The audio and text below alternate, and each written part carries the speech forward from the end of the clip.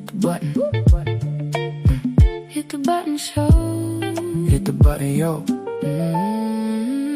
Chasing pseudo, yo. There they go. We killing pseudo though. Hit the button, show.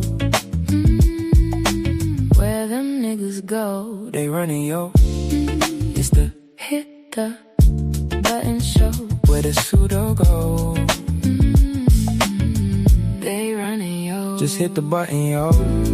Where the pseudos go? They thought the killers putting on a show, though. That's how it goes. It about what you know, and that'll show. But where they go?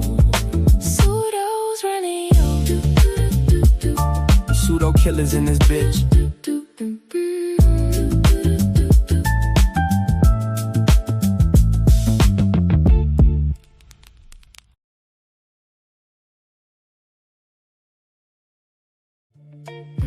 Hit the button, show. Hit the button, yo. Chasing pseudo, yo. There they go. We killing pseudo though. Hit the button, show. Where them niggas go? They running, yo. It's the hit the button show. Where the pseudo go? They running, yo. Just hit the button, yo. Where the pseudos go? They thought the killers putting on a show, though. That's how it goes. It about what you know, and that'll show. But where they go? Pseudos running, yo. Pseudo killers in this bitch.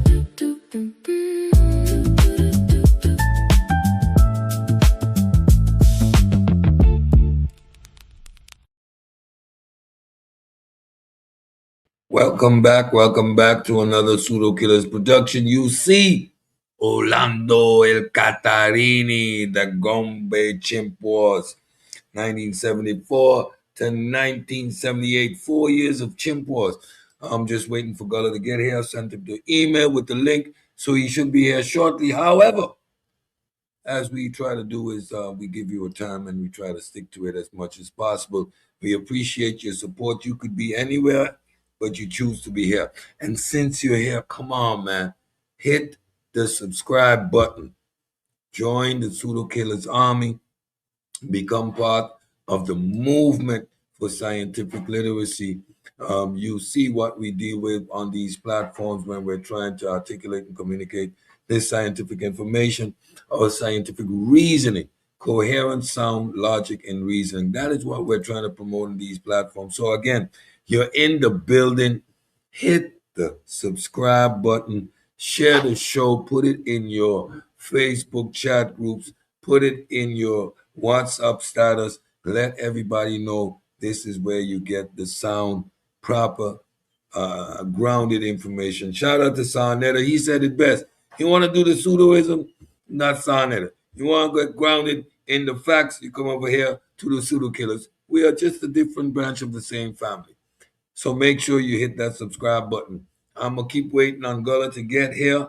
In the meantime, I'm going to hit y'all with a classic in the meantime. Who remembers this one?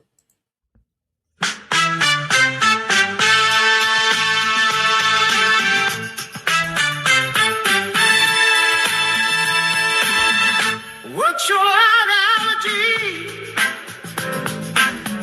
Seems to be the question. Round here lately,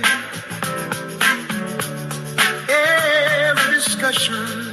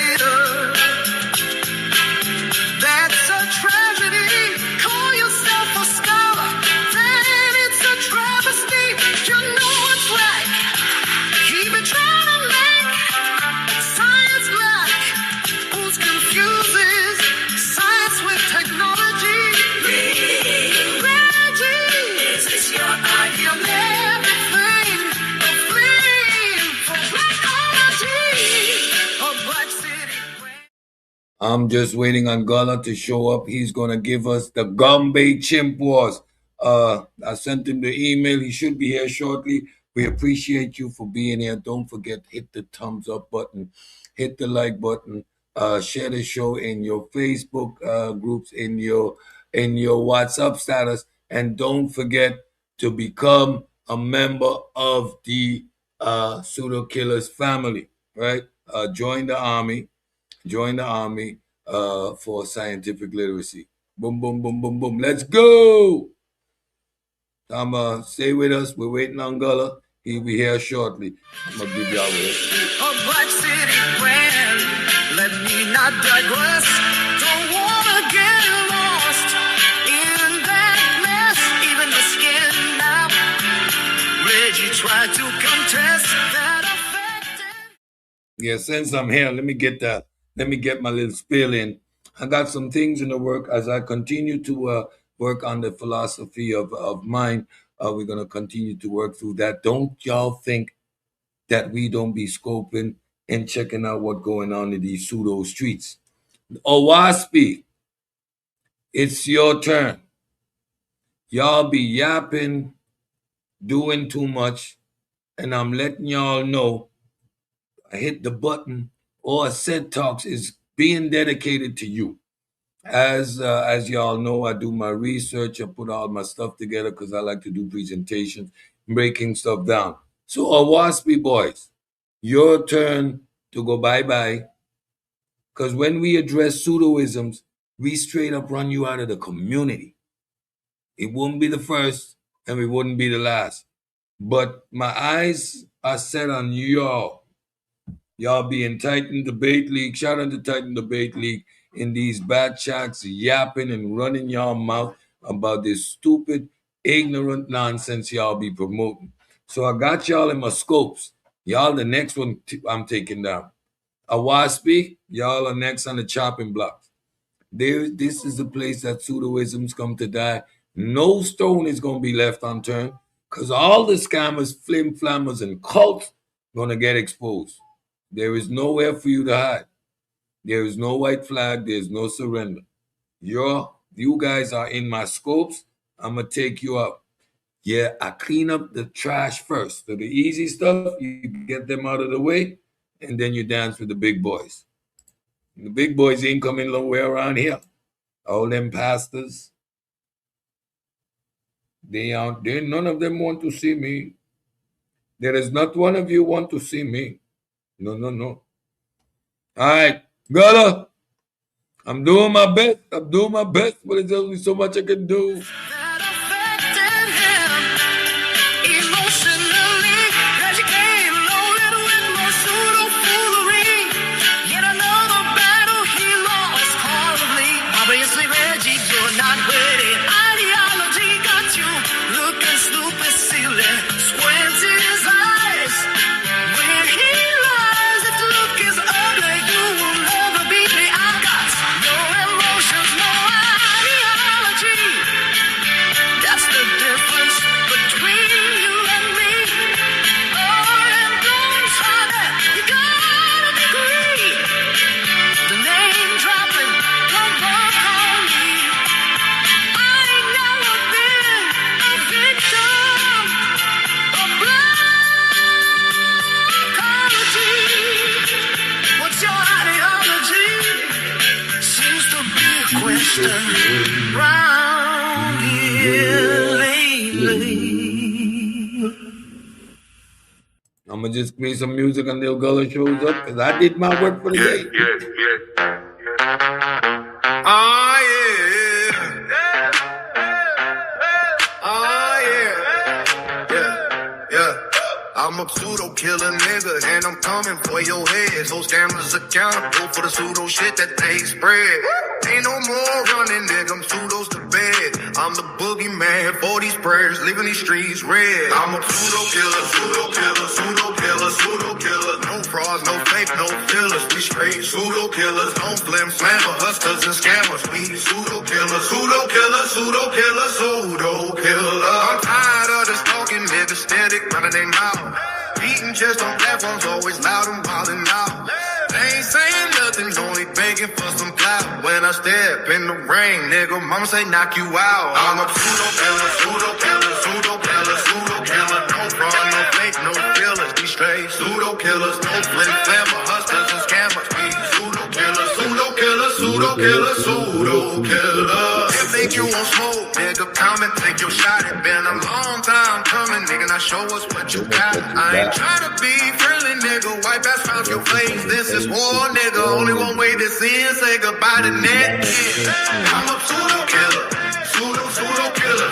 No cross, no fake, no fillers. We straight pseudo-killer. No flip-flammer, hustlers and scammers. We pseudo-killer, pseudo-killer, pseudo-killer. Science is undefeated, nigga, so we never lose.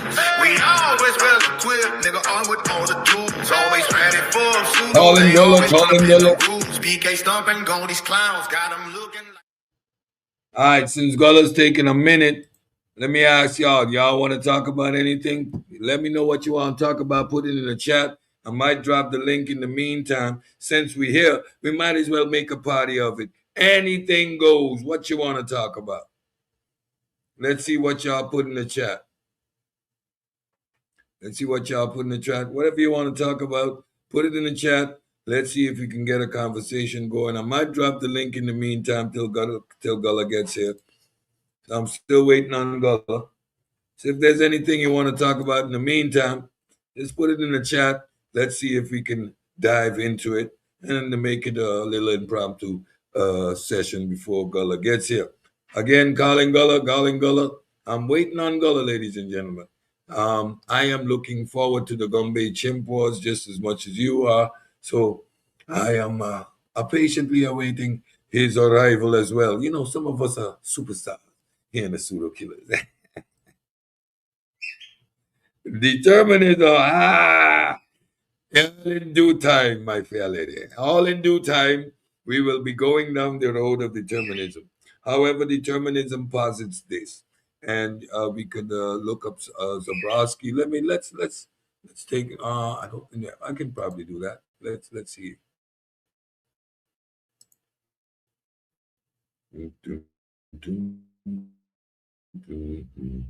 I'm going to search for determinism to get an idea of what it actually is. Yeah, I gotta refresh my laptop. It's working slow. Sorry. Yeah, I'm working. Determinism. Let's get a little brief explanation of what determinism is. Trying to get my YouTube started. Give me a second.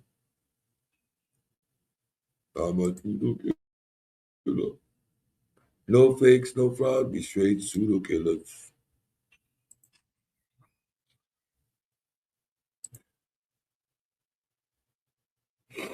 They all tie in together. The butterfly effect is an aspect of determinism, right?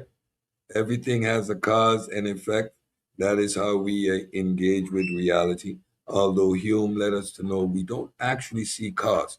We see the effects of an effect and of an effect and of an effect. And that is what is called the butterfly effect. And what this examines, it's a theoretical principle. If a single butterfly flapping its wings is going to cause a trickle-down effect, it is showing the deterministic nature of nature itself. So determinism and the butterfly effect are all within the same framework. The butterfly effect is an example of how determinism plays out on actuality. What it also illustrates is the random nature, no predetermined, not predetermined, but determined by cause and effect. So the randomness eliminates the possibility for predeterminism, but once those parameters are in play, there is a specific sequence to their interaction. All right, ladies and gentlemen, without further ado, I'm gonna give you Gullah. Yeah. My bad, bro. That's okay, man. I'm holding down for you. I'm holding down for you. Yeah, Chasing teaching me to swim in deep water. All right, Gullah is in the building. We're ready to start the Chimp Wars, ladies and gentlemen. Yeah, let me get y'all back in the mood and ready for this conversation. Bella, when you're ready to share your screen, let me know. If you want to do your introduction, set up your screen, etc., let me know what you're doing. I'll be ready to rock and roll. They thought the killers putting on a show, though. That's how it goes. It's about what you know, and that'll show. But where they go, Pseudo's running. Pseudokillas in this bitch. Again, appreciate y'all patience for sticking with the Pseudokillas. Y'all could have been anywhere. Don't forget, hit the like button. Tell a friend to tell a friend. The Pseudokillas is in the building. Gombe the Chimp Wars with Gullah himself. All right. So we're going to get into that in a bit. Come off mute. Okay, give me a minute. Waiting on this page to load up so I can share my screen.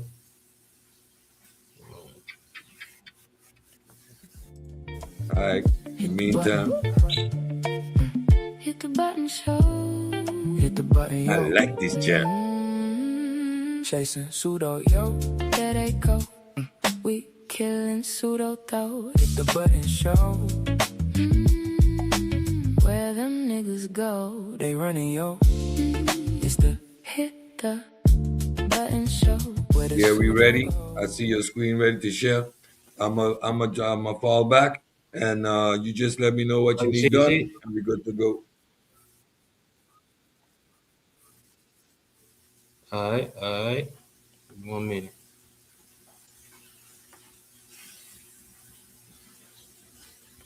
All right, my screen shared. Screen is sharing. You're up. There you go. Screen right. share, Sid? Yeah, your screen is sharing. You're good. I'm going to drop back, and you got it. Okay.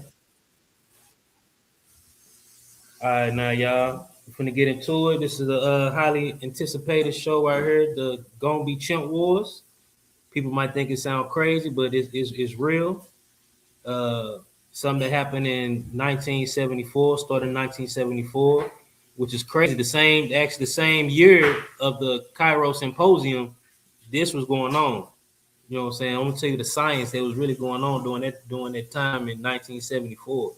Now, in 1974 is like the turning point in a lot of scientific, you know what I'm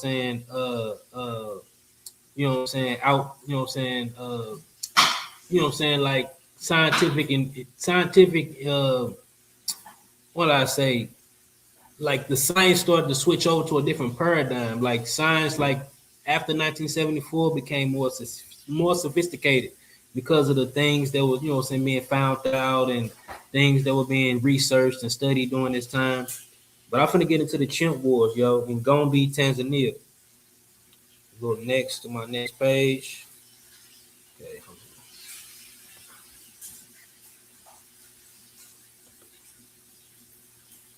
Okay, the introduction when war was thought to be human. For much of the 20th century, scientists believed that organized war, long-term political strategy, and territorial conquest were uniquely human inventions. Warfare required alliances, leadership, planning, and a clear division between us and them.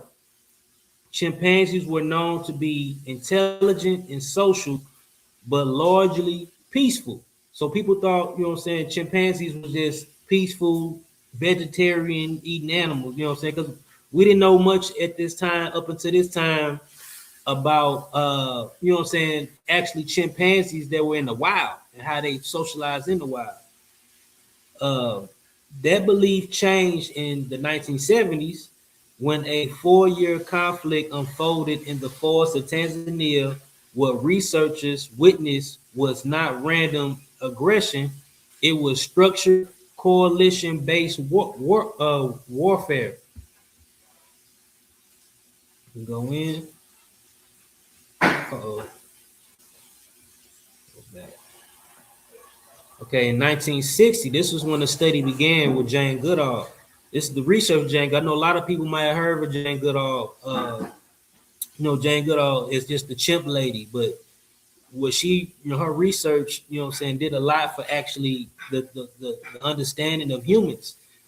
In 1960, the study began. July 1960, Jane Goodall arrives at Gombe. She was chosen by Louis Leakey to study chimpanzees. Louis Leakey was a scientist, or the paleontologist, an anthropologist who discovered a lot of ancient early hominids. Him and his wife Mary Leakey, and they also are they are the overseers of the site of what's it called, the old Oduvo sites. Like in Tanzania, where you find a lot of the footprints and all that. I think they were the ones that actually found those footprints. Their family, and the family is a big family, nothing but scientists. Leakey believing that the study of existing great apes could provide indications of the behavior of early hominids. So Leakey sent sent Jane Goodall to study chimpanzees, not to study chimpanzees, but to study the behavior of early ancient humans and some of the reasons why we do the things we do and behave the way we behave.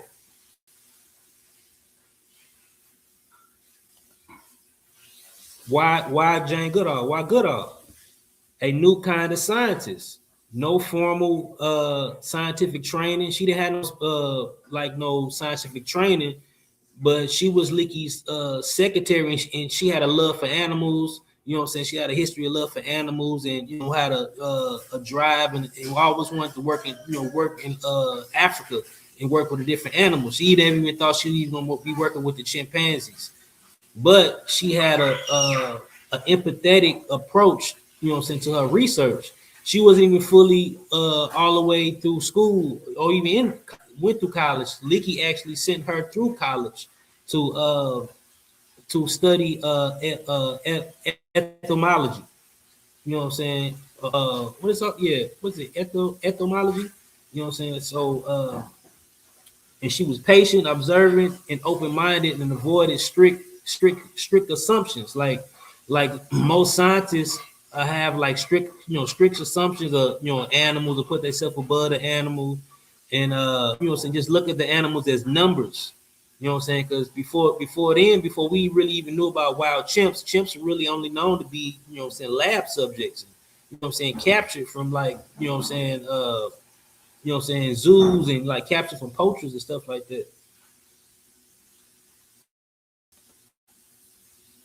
The trimates, Jane Goodall, she was one of the three trimates, and Leakey chose three of these women to study early primate, not just the chimpanzees, but Jane Goodall was the first one.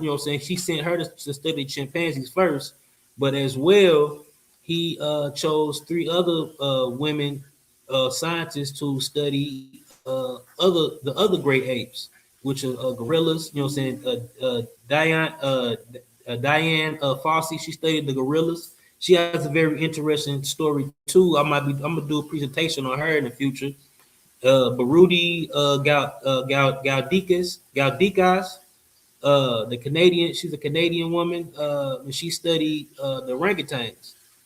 And also, he chose Tony Jackson. It was planned to study bonobos, but by then, Leakey died, and they wouldn't be able to get the funds to do that research. So what we know about bonobos came a lot later.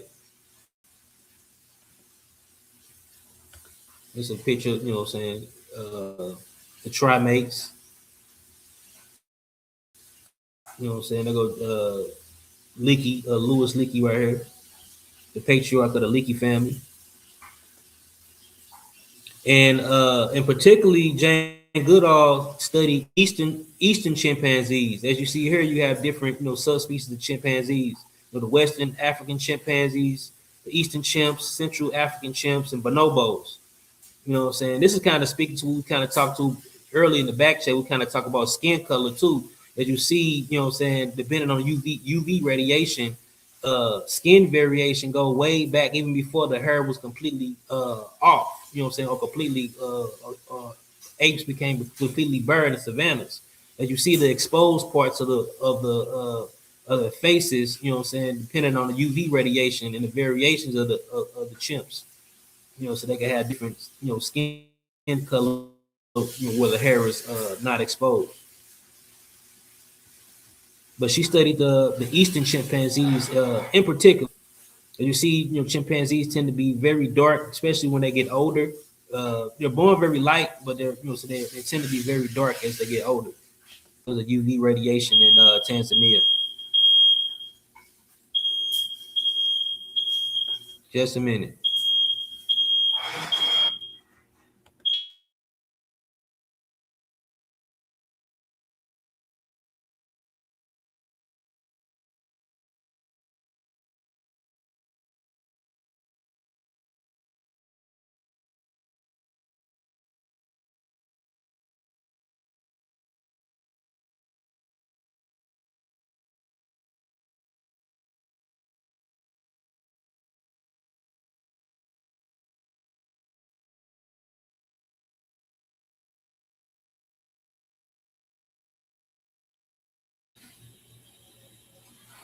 All right, I'm back. I'm back, y'all.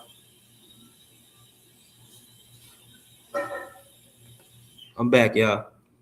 Okay. You hear me? You hear me say it? I'm good.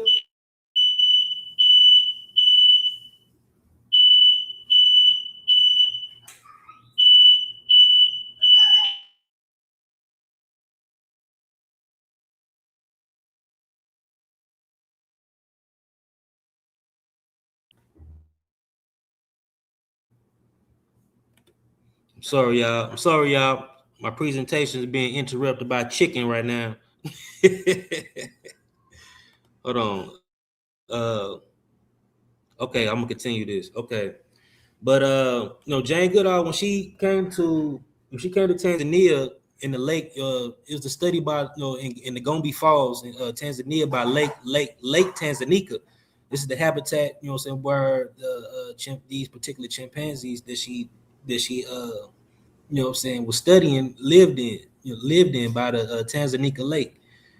And she studied them for a while, and they all, you know, they tend to run away and was scared, you know what I'm saying, because they never, you know, they never been in really contact with humans, and if they have, it most likely would have been like negative, you know, from the like villagers and people like that. You know, people, you know, locals, you know, it probably wouldn't have been always a you know, positive reaction with humans. But these chimpanzees never really, you know, interacted with humans like that until, you know, Jane, you know what I'm saying, like close. So they'll flee and run, you know what I'm saying, when she tried to get close. So she just look at them through binoculars, you know what I'm saying, for a while before she had close contact to them. In 1960, she met David Graybeard. He was the first chimp to, you know, approach her without fear, to, you know, come to her camp. You know, he was the first chimp to trust Jane Goodall, approached her without fleeing. Uh, breakthrough. He was the, you know, it was a breakthrough moment because he allowed close observation. Scientific breakthrough. Also used. He was the first chimp that was witnessed using tools. You know, use grass stems to attract termites, which is, you know, called termite fishing. And the first clear evidence of, you know, like I said, first clear evidence of tools in wild chimps. This wasn't known. This wasn't even known at all at first. That, you know, chimps actually made tools. This Grayberry right here, you know, at the camp, you know, saying she fed him bananas, you know, to get his trust.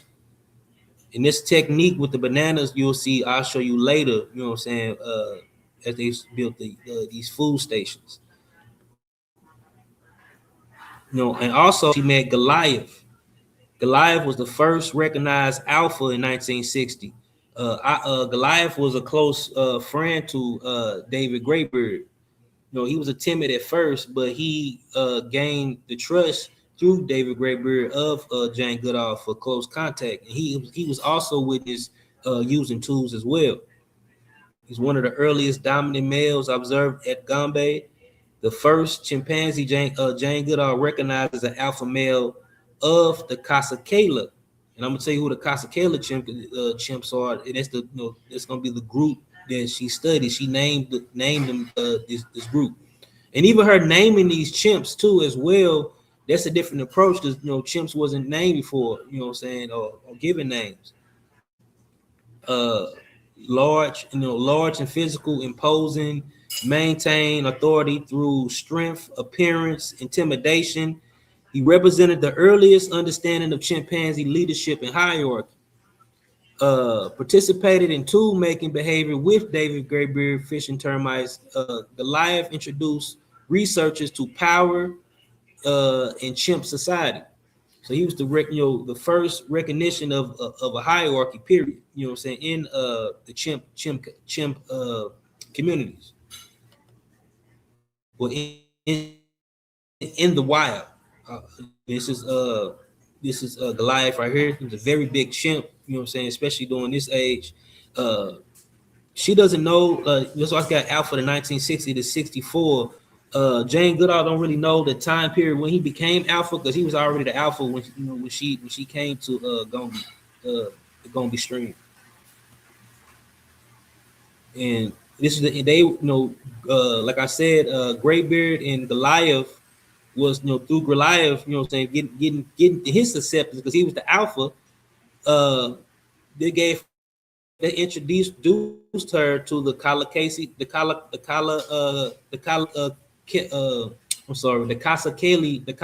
chimpanzees. The Kasakela chimps studied at Gombe became known as the Kasakela, a single community, not random individuals. These groups is always together, what I'm saying, meeting up at some point. Individuals had names, relationships, and personalities. Of course, she gave them the names, but she witnessed them with particular relationships with particular other chimps, and have each have particular personalities to their own. First time wild animals were studied this way. This wasn't just a group; it was a society. And this is a map of Lake Tanzania. Like I said, Kasakela is in the middle right here. This is the chimps that she studied, and after Jane Goodall, you had other researchers that branched off of her that even came up under her, and also you had other researchers that branched off and studied other communities too. But she the one that named these. This is the northern branches, the Matumba chimps. And you had the bottom, you had the Kalande chimps, in the south. But this is particularly, this story is mostly about the Kasakela. The feeding stations. This is what I'm talking about. The feeding stations. She established in the 1960s at Gombe. Bananas were used to attract chimpanzees to one area. So the feeding stations were built, what I'm saying, all throughout in Gombe, especially by near campsites, so the researchers can get closer contact to the chimpanzees, to the majority of them.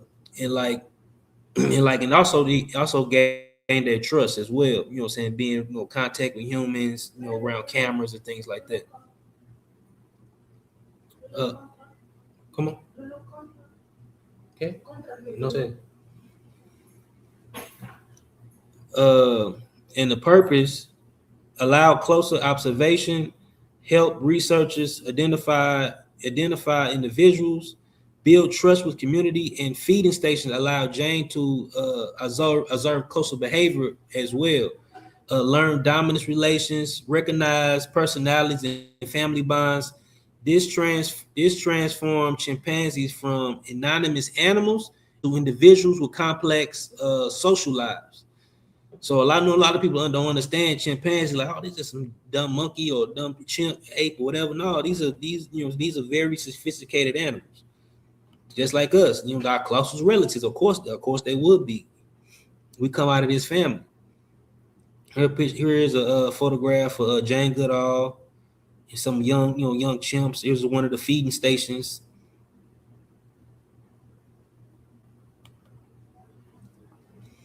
And also one of the early female chimps that Jane Goodall had contact with was Flo. And she was a high-ranking female. Because she seen Flo before the feeding stations, but she actually gained a close relationship with Flo after the different feeding stations were built. One of the earliest female chimpanzees stated that Gombe original matriarch, chimpanzees, especially the ones in Gombe and Kasakela, had a matriarch. Uh, Original matriarch, famous F family in Kasakela. She's part of the F family because Jane Goodall, before we had DNA tracking, when she named the chimps, any chimp that came off a particular family, like name F or G or D or E or whatever, just for instance, Flo, off of Flo is the F family. So any offspring that comes off of Flo was given an F name. So we can track all the way even to the day if of the Kasakela chimps, the descendants of Flo, just based off the first letter of their name. But now we got DNA. We don't really have to use this mechanism right now. But I say about all the way up to like 2013, and saying, and Forum, saying they used this this system. Considered the most dominant female in the community during the 1960s. What made Flo important? Flo was calm, confident, socially central, assertive toward new females, fierce protector of her offspring. Saying, she got in the midst of her offspring fights. They got in disputes. Saying, she intervened. She had that status. Her strong maternal care helped her children thrive socially and politically.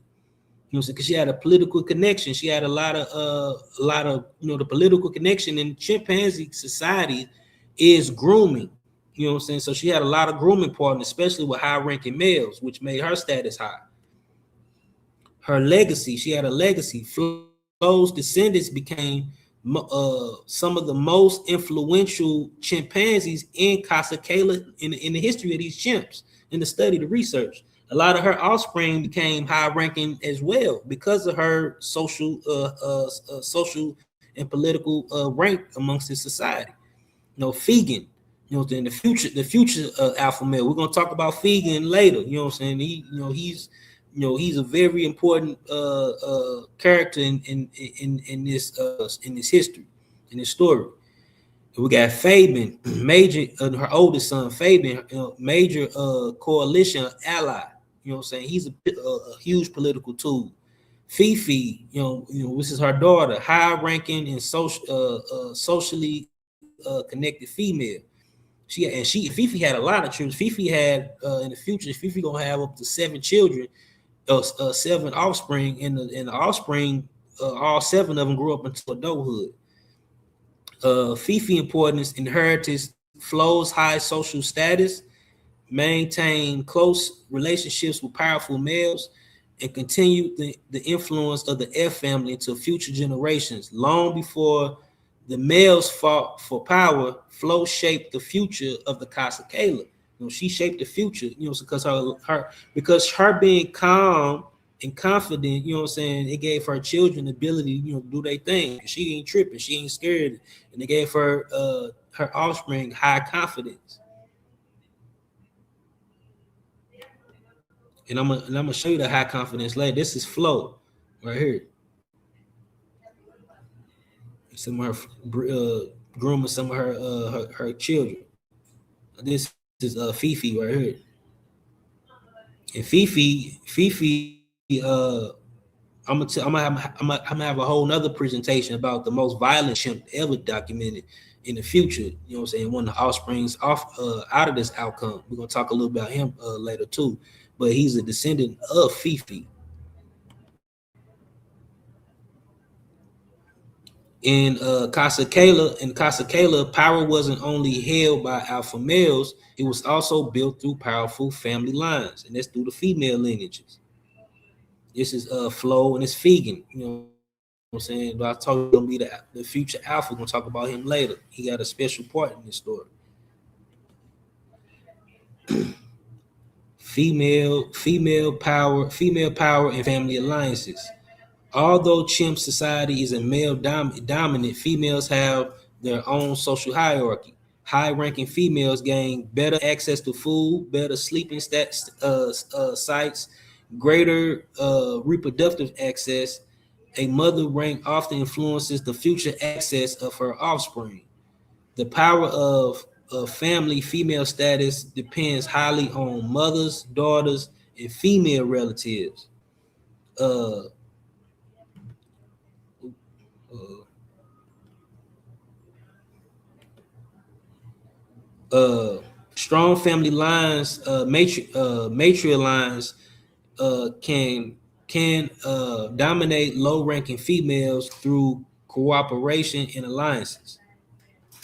So that's like, you know what I'm saying, they do that, you know what I'm saying, just to make sure that their offspring uh is successful and live and go into adulthood. Like, it's a lot of chances that baby chimps don't even make it. They can get killed by their own through jealousy, or even, you know what I'm saying, over dominated, and, you know what I'm saying, by, you know what I'm saying, violent and aggressive males. And males when they, you know what I'm saying, as they grow up, they tend to stay close to their you know what I'm saying, friends that they grew up with, because males have their own little coalition where they, you know what I'm saying, they stick with certain male groups, you know what I'm saying, as they grow up, especially if they share mothers, or if they have brothers. If they share a mother, they really are close. And they say what scientists knew so far, you know what I'm saying, about chimps at this time. You know what I'm saying? They didn't know about chimps having wars all the way up to 10 years. I started like in 19. I told you this research started in 1960. The war actually, you know what I'm saying, it goes down in 1974. So up until now, chimpanzees were mainly known for intelligence, tool use, complex social behavior. We didn't even, like I told you earlier, they didn't even know all this until Jane Goodall research, you know what I'm saying, so forth. The researchers observed chimpanzees using sticks for termite fishing, like I said earlier, making simple tools, grooming, and forming close social bonds. Hunting behavior. Chimpanzees were also seen hunting red colobus monkeys, baboons, bush pigs, and bush bucks. These hunts showed coordination, communication, and group strategy. A lot that we didn't even know that, even up until now, Jane Goodall, even others, or even the science world or the world period, didn't know that chimps hunted. We think chimps just eat bananas and fruits, and, you know what I'm saying, or vegetarians.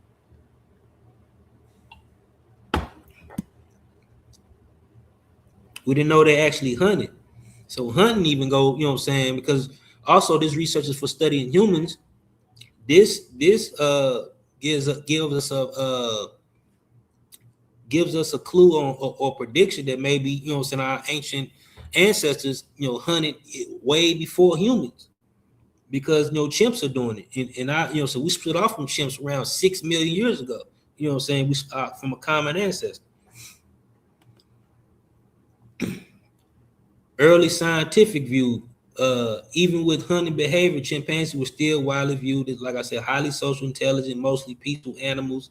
Violence was thought to be limited and non-organized. So you might see a little violence, you know what I'm saying, up until then amongst each other. They have little fights and scrambles or whatever. Uh, the intelligence of in Gombe. I'll just show you, these different little pieces here showing you them using different tools, sticks, and even right here showing you them hunting monkeys, or red colobus monkeys. And this is also used as a as a social hierarchy, practice as well. Like eating meat. Like, so only the high ranking males, get to eat meat, and also the high ranking females, if the high ranking male shares it with the high ranking female. From Strength to Strategy, 1964. In the early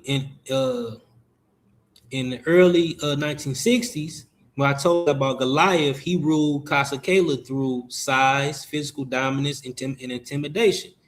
But as Goliath aged, a younger male named Mike began rising in status. So like, hold on, 1 minute, y'all.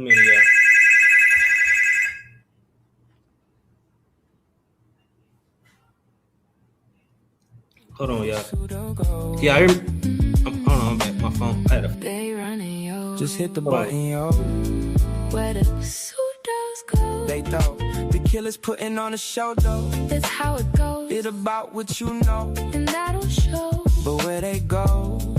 Pseudos running, yo. Pseudokillas in this bitch.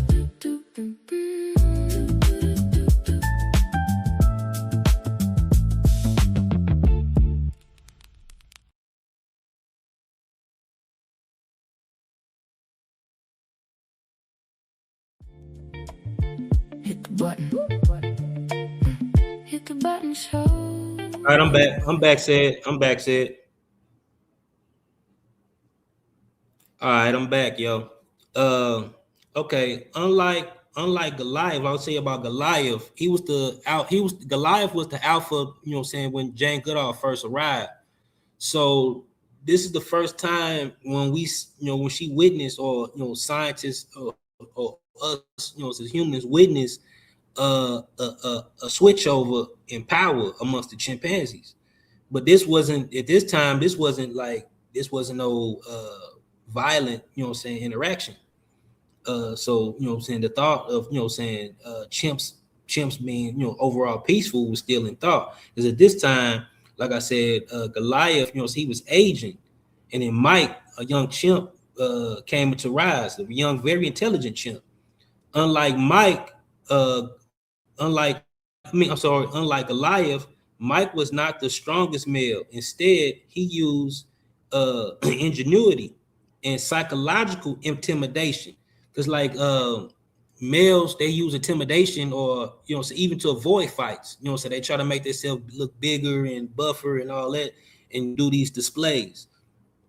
And Mike displayed his technique. Mike discovered that dragging and shaking empty kerosene cans that some of the scientists and researchers left behind created loud, explosive sounds in the forest. These displays frightened several males and amplified his dominance displays. And I'm gonna show you what the dominant display is after the next slide. The power shift as Goliath grew older, he resisted Mike less often. Because it kind of, it was kind of eruptive, rude, loud. He banging these big cans together, these big plastic cans together, making himself look bigger and much scarier. They say Mike generally gained social control. Leadership changed through displays, confidence, and social pressure, not just physical fighting. So he was intelligent. He took a intelligent route to become dominance, because Mike wasn't the strongest chimp. He wasn't even the biggest chimp, but he had intelligence. And he took that intelligence and took certain ingenuity. That early what I say that early aspect of scientific thinking in chimps. Was witnessed right here. Here's Mike right here. Goliath remained, after Mike, gained, his dominance.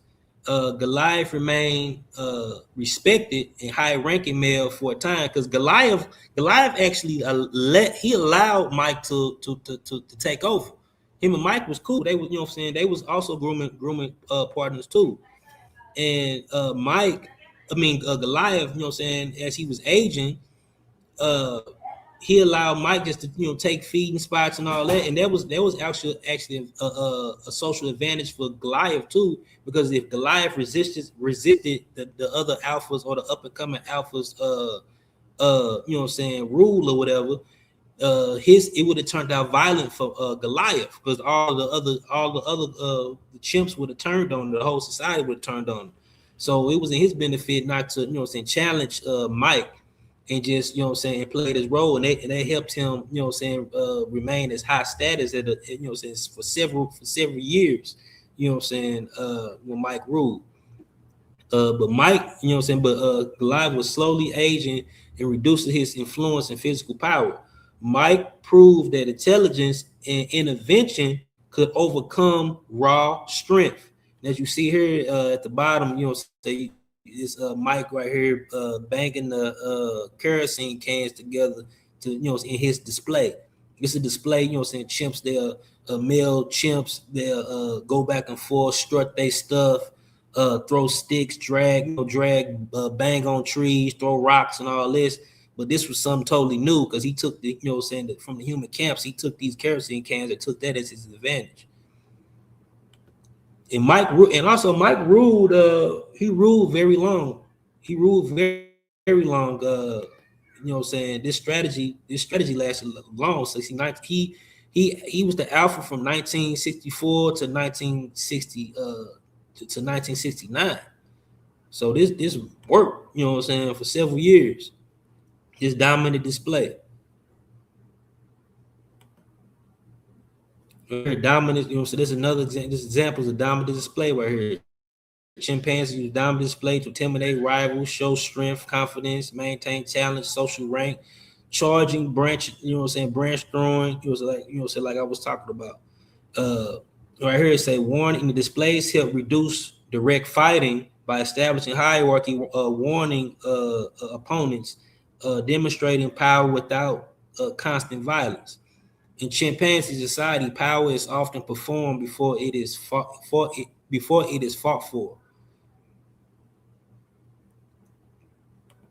There's a chimp right here, as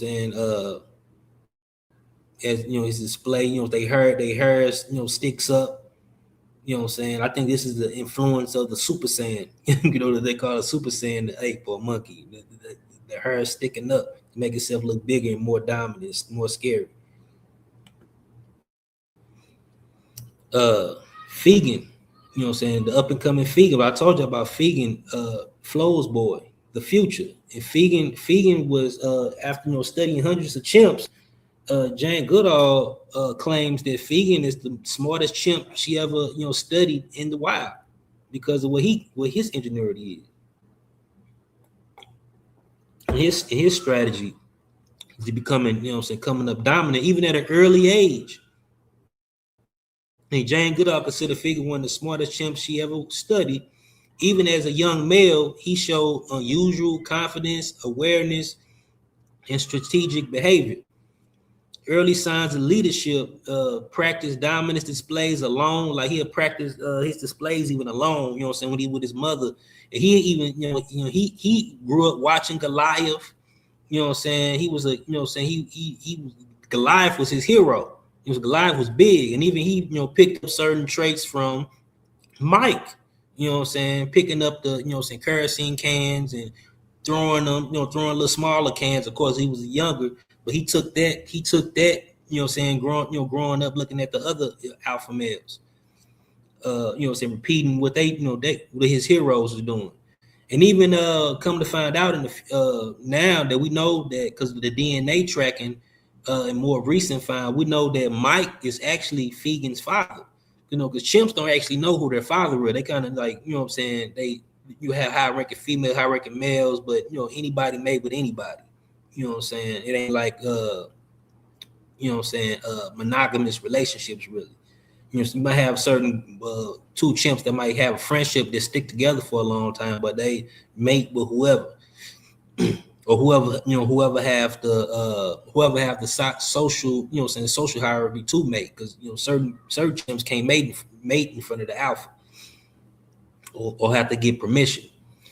And he chart like even at a young age, like Fegan, he would charge at even older males when they were injured and sick and weakening. Like he'll see certain, sick males or injured males from fighting or whatever, and he'll charge at them even at a young age and actually win them battles at a short term. But the older males, at least get their lick back, they licks back, because he's young, he's a young dude, get putting it back in his place. But he's still challenged, so high confidence, like I said, Flo was laid back. And he had also, his older brother, was dominant too, his brother Fabian. Fabian, Fegan clearly studied opportunities to rise in status. Fegan gradually moved upward, as he, grew up a little older, he had to go up against his brother Fabian. Fabian, which is Flo's older son, older male son. And Fabian was strong. He was the because even in the families you might have a dominant male of the family. So he ruled, he protect their family. He protect his mother, he protect his family, he protect his sisters, the offspring, of his mother as well. And even sometimes if the mother, certain mothers have passed away, certain males, even be a surrogate parent to an infant. But Fabian, which is Fegan's older brother, he was the leader of the Flo, so he was like the dominant male of the Flo, Flo boys or whatever. So Fegan, before he even graduate to go up against any other alphas, he had to go up against Fabian, his older brother. Fabian was strong, so he known to have a nice display, even though Fabian had polio. Because in 1966, in the Kasakela society, you had a polio outbreak, and this polio outbreak was from the human, not the research, but it was from like local villages, and it spread to the chimps. Because like that's we're close relatives, so we can share certain pathogens and get certain diseases. So Fabian, he was affected by polio, and it left him with a paralyzed arm. Even though he had the paralyzed arm, he was still strong, and he swung his arm even in fights and fights or whatever. But he was still strong and confident, and he didn't let that slow him down. And then also Fabian, he also would have to. Fegan would also have to go up against his childhood friend, Everett. Everett was his childhood friend. He'd go back, saying, "Oh, I'm sorry, I made a mistake." He actually beat. I had to go back. He actually beat Fabian. I'm sorry, Fegan beat Fabian, his brother, and then his brother, kind of like they got kind of distant. They became distant after they fought. But then next, Fegan had to go up against his childhood friend Everett, and then he had a couple squabbles with Everett. And then Everett, and then eventually like that, a couple of squabbles or whatever. Even Everett had like other chimps, team up with him, jump on Fegan, but Fegan it back down. He still challenged him. And Fabian, his brother, he'd never jump in the fights. Like he'd never jump in, he'd never help him, and he'd never assist other chimps, to fight him. But one day, Everett Fegan challenged Everett, and Fabian jumped in. So he got that victory off on Everett at that time. But they didn't really bring him all the way up the ladder. So he was kind of stagnant a while, with Everett climbing up the ladder of dominance. While most chimpanzees were still intimidated by Mike's dramatic kerosene can displays. Fegan was one of the first young males who appeared completely unbothered by them. So remember I told you about Mike. Mike had those displays with the kerosene cans. But Fegan, on his way to rise, like super confident and intelligent, they stopped phasing him. Like he'd do it, he'd be unbothered by it, I ain't tripping off of that. He started seeing the holes in it. So Fegan was the first male, appeared completely unbothered by it. He recognized Mike was aging. Like I told you earlier, he also, at an early age, he can recognize weakness in other chimps. And the displays rely more on fear than physical control, and his dominance was weakened. He kept catching them slipping. Here go Flo, saying, with young Fegan, young Fegan right here. Here go brothers Fabian and Fegan, saying, grooming his brother. I say he had a paralyzed arm from polio. And then eventually, like I told you, when he recognized the weakness in Mike, the other young males, up and coming males, start recognizing the holes and the cracks, and him getting aging. Humphrey, Everett, and Fabian, and these were like his, his rivals, his peers or whatever during that time. But only one of them, when they seen the cracks and the holes in Mike, only one of them actually acted on it, and that was Humphrey. Humphrey was the most aggressive of the young males at this time, reckless, disrespectful, just a bully. Humphrey was the most aggressive of young males, moved first to challenge the aging Mike, with support from Fabian, with support from Fegan's brother. Humphrey seized the alpha position before Fegan did, Humphrey straight, seen Mike pulled him from a tree, stumped on him, Fabian stumped on him. Fabian understood the weakness. Fagan understood the weakness first, but Humphrey was the first willing to strike. Humphrey, he was, he had a short run. He had a short run at Alpha, 1969 to 1972. Humphrey ruled through fear. He became Alpha around 1969.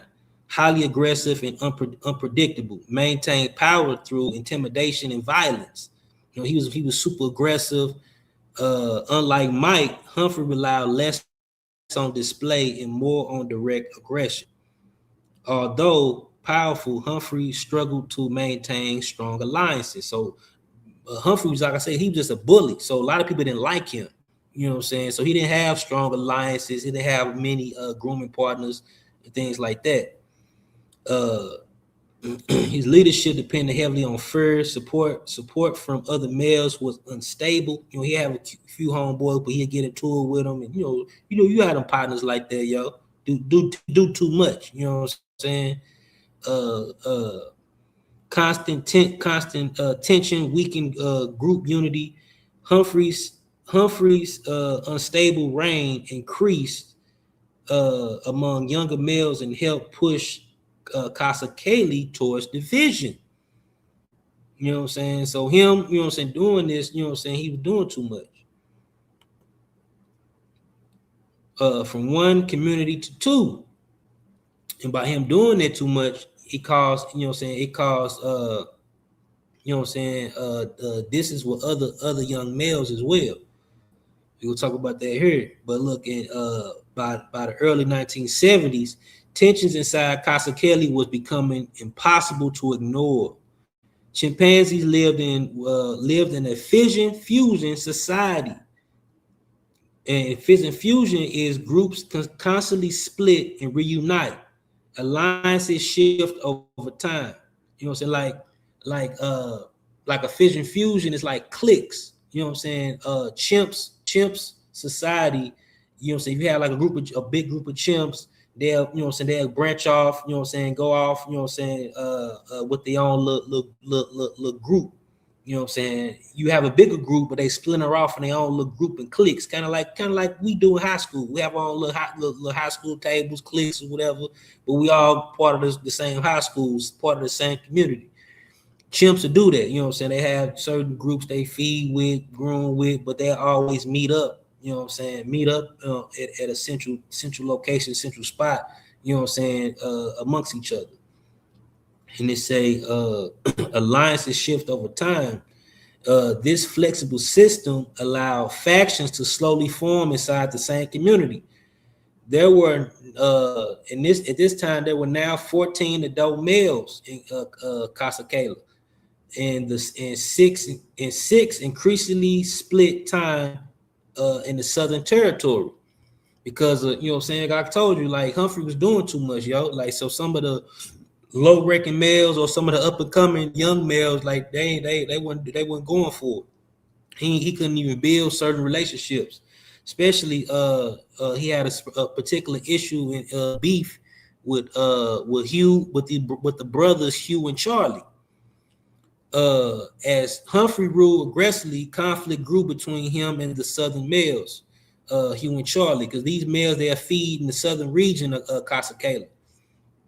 Hugh and Charlie, the brothers increasingly avoided Humphrey's authority and spent more of their time in southern territory. So like Humphrey, you know what I'm saying, him and Humphrey and Hugh and Charlie had a few couples, you know what I'm saying, but to be the dominant, you had to have a few one-on-ones too. But like Charlie and Hugh really couldn't, you know what I'm saying, do nothing about, you know what I'm saying, Humphrey being the alpha, because, you know, every time they fight together. The brothers, they fight together as a one unit, you know what I'm saying? But they weren't hearing nothing that Humphrey had to say. Wasn't nothing that he had going on, you know what I'm saying? His rudeness and his aggressiveness and all that. They had challenged him, yeah, beat him together. You know what I'm saying? Humphrey never catch either one alone. So even when they came around, you know what I'm saying, Humphrey avoided them too. So he was scared when they came around in this fission fusion, you know what I'm saying, society. You know, I said they had meet back up.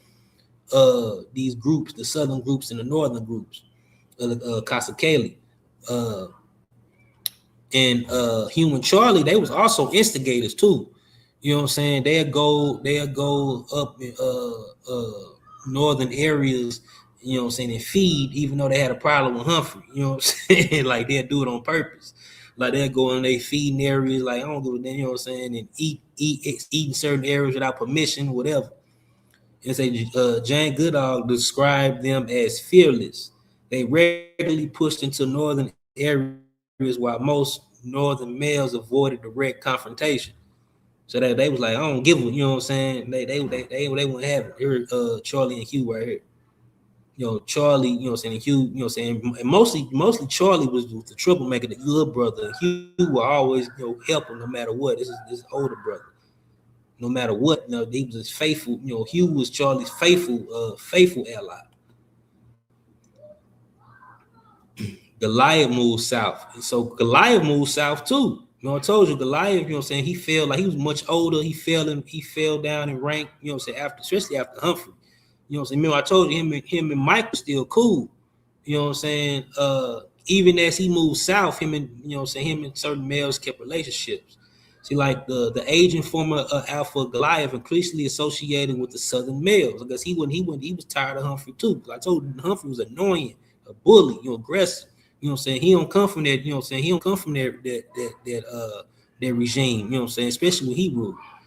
And also you know what I'm saying, you had more feeding opportunities in the South. You know what I'm saying, less competition. And the reason included more on, like I said, feeding grounds where he moved south, less competition from the dominant northern young males. His presence gave the southern faction experience and status. So like even the younger males in the South kind of looked up to him because he had their old status. You know what I'm saying? From he used to be the you know what I'm saying, the ruler of the main alpha of this big Kasakela group. You know what I'm saying? Whole community of chimps.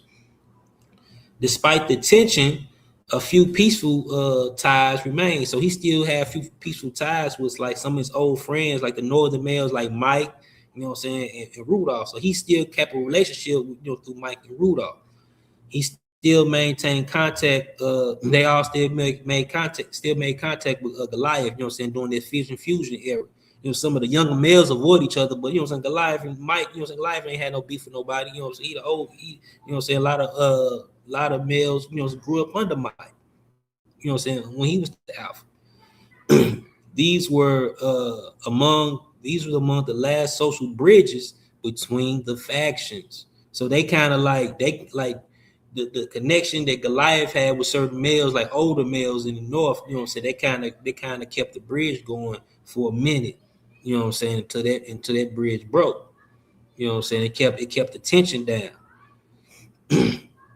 A complete, you know what I'm saying, separation a complete separation. You know what I'm saying? Tensions at the feeding stations. You know, I told you about the feeding stations earlier. You know what I'm saying? Researchers became noticing more aggressive displays, rival males avoiding one another, hostile encounters at feeding stations. The community was now divided into two. Northern subgroup, you know what I'm saying, which is the original group, you know, the group that Humphrey, you know what I'm saying, is over now, and southern subgroup.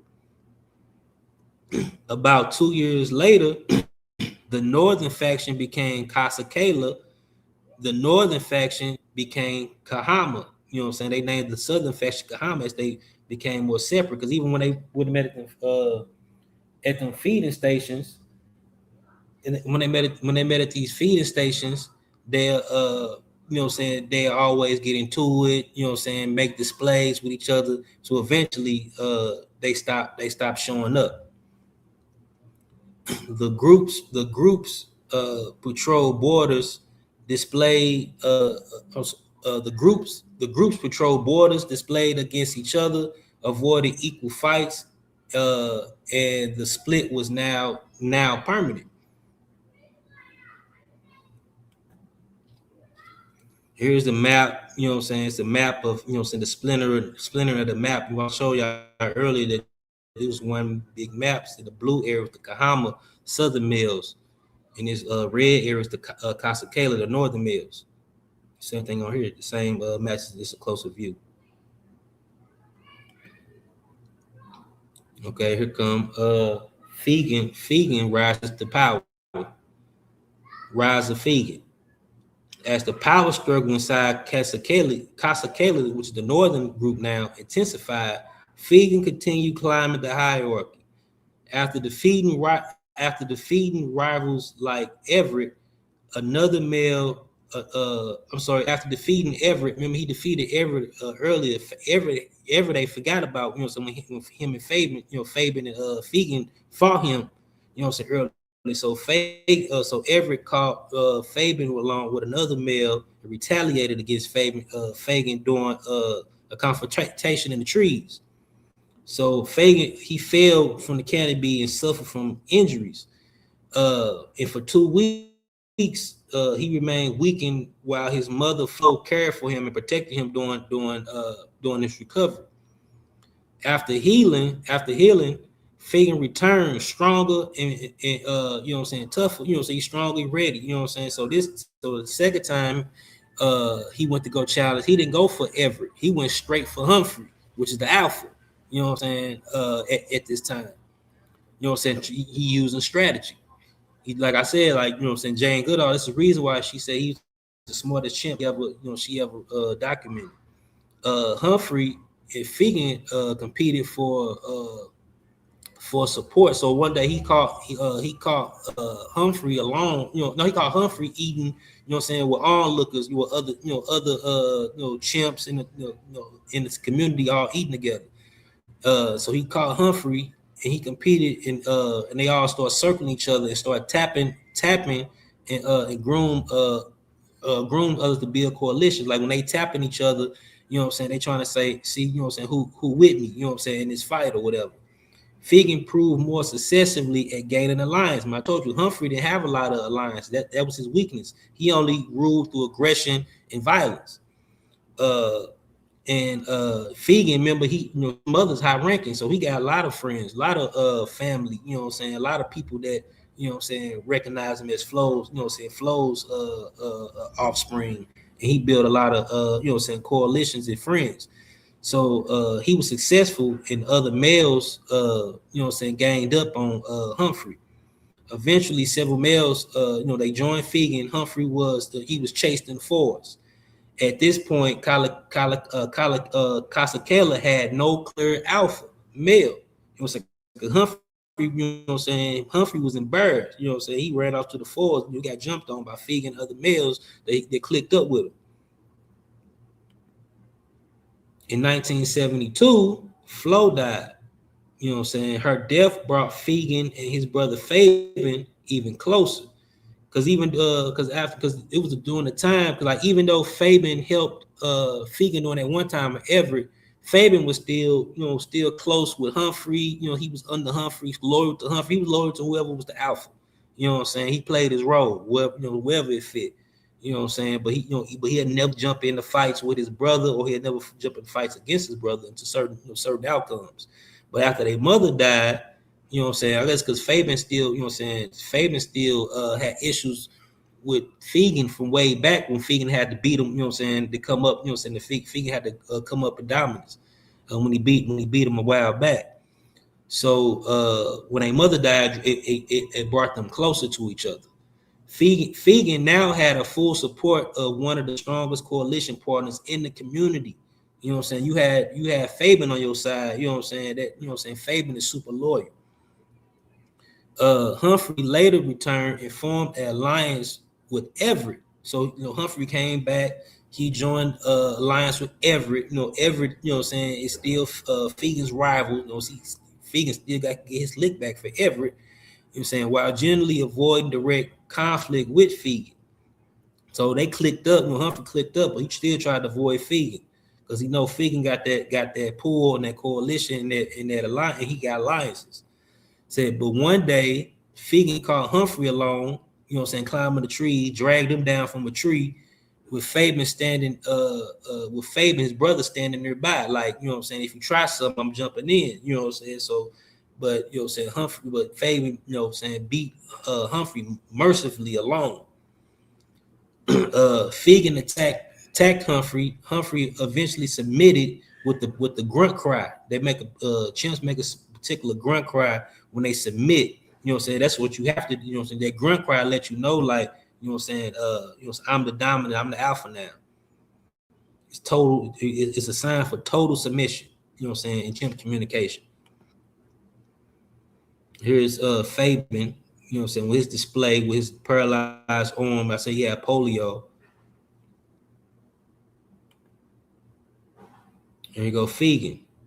Fegan, after he beat Humphrey, he turned against Everett and defeated him as well, beat the hell out of him. With both rivals beaten, Fagan became the undisputed alpha of the male Kasakela. Fabian didn't win power through fear alone. He won through alliances, patience, and timing. And he ruled for a very long time. He ruled from 1972 to 1982. And he will be the alpha that actually kicks the wars off. Here are the fashion. These are the most important chimps that we're going to be talking about in this war. It's the Kasakela group. You got Fabian, Fegan, Fabian, Humphrey. You got a chimp named Satan. Yeah, Satan.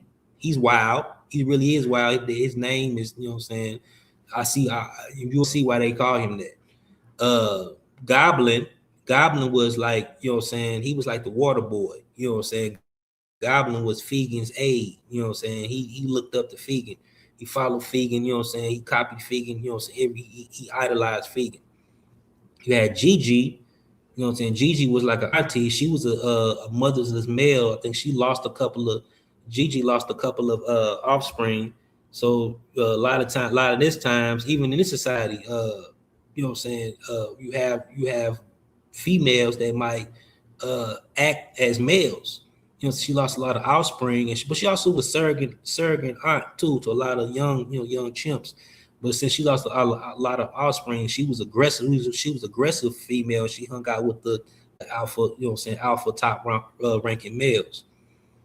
Hugo, was an older male. You had brothers Jomeo and Sherry, and of course Everett. I told you about Everett. You got a question, Gullah? Who had polio? You said what now? I said you got a question from Juju. Who had polio? Fabian. Fabian had polio, which is the brother of Fegan. They flows boy. Like the name with the F, so they come off of flow. And he's the older brother of Fegan. So he's a strong guy. So he's the top, like he's the guy you want to have as your partner in your alliance because he's super loyal. Even when when Humphrey was the top ranked, so he was still loyal to Humphrey. You know what I'm saying? Until Flo died, and he brought him closer to his brother. And then this is the Kahama group, the group that split from the Kasakela. They became the Southern group.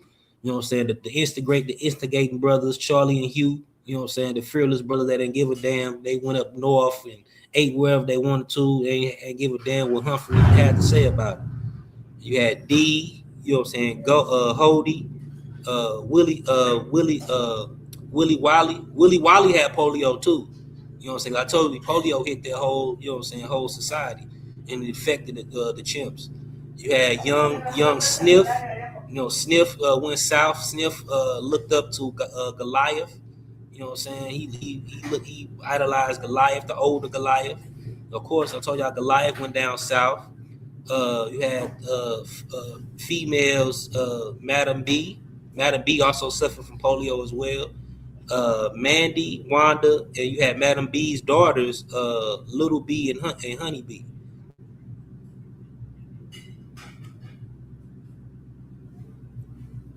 Chimpanzee patrols. So after a while, so when Fegan became the alpha, they started hitting, doing their patrols. The chimp, they patrolled their borders, and they started patrolling borders. You know what I'm saying? Where the southern chimps, got cut off at. So they became, the southern chimps became the enemy. It was the lines were drawn. And then, like I told you that you had a relationship. Goliath in the South, he still had a relationship with like Mike and the older males. But when Fegan became the ruler, that didn't matter anymore. Those relationships didn't matter. It didn't matter to Fegan. You know what I'm saying? Anything that mattered to Fegan that didn't accelerate his own dominant and rise. So he didn't care about those connections when he ruled as alpha. And they say, while chimpanzees regularly patrol the borders of their territory, during the patrols, they move silently in single file, scan and listen carefully, search for isolated rivals. They even search nests that was slept in and everything. You know what I'm saying? Kind of like humans, like observation. You know what I'm saying? When they to go patrol. Patrols are used to defend territory, intimidate rival groups, expand borders when possible. Chimpanzees usually attack only when they have a clear number advantage. Warfare, chimpanzee warfare is built on patience, coordination, and surprise. So when they do these patrols, they're very quiet, very strategic. You know what I'm saying? They tap each other for insurance and everything. Like, yeah, you hear that? You know what I'm saying? Here we go. They kind of size up, neighbors and see how many chimps are there. If it's too many, sound like too many, they'll flee. You know what I'm saying? If they feel like they got the numbers ahead, they gonna go in. And chimps are very usually loud. You know what I'm saying? But when they do these, these patrols, it's very quiet.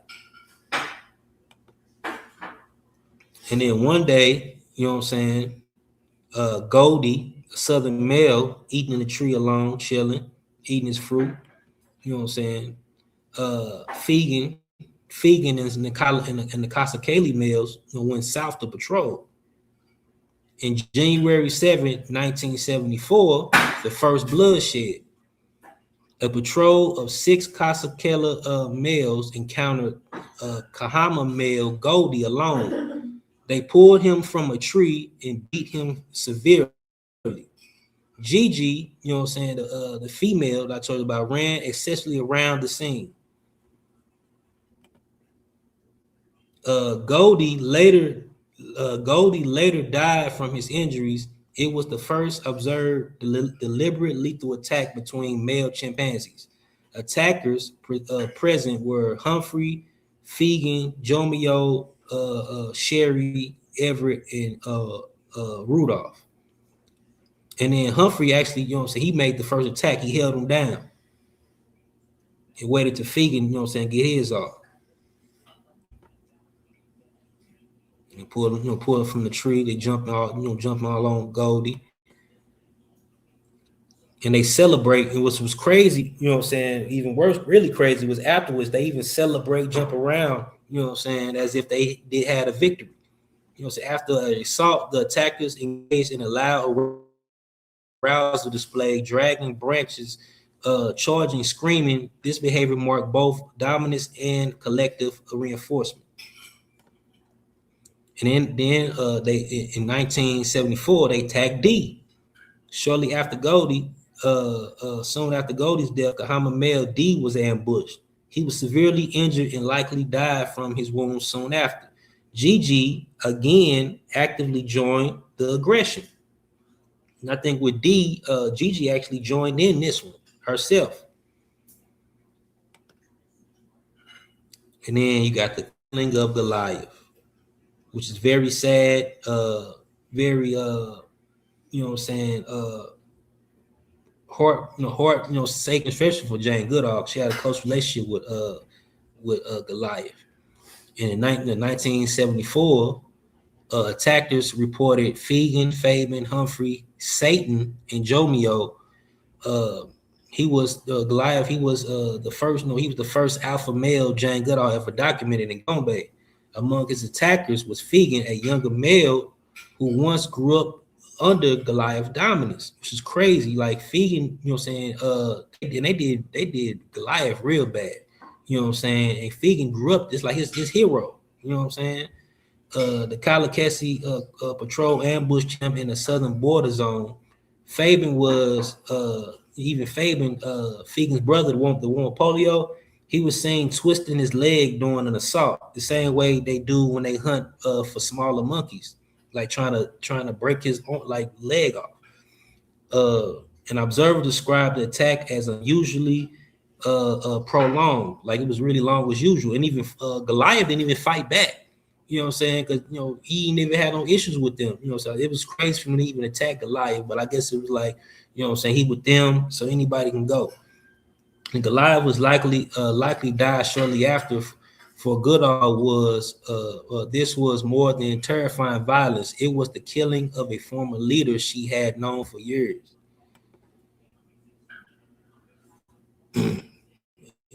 Death of a king.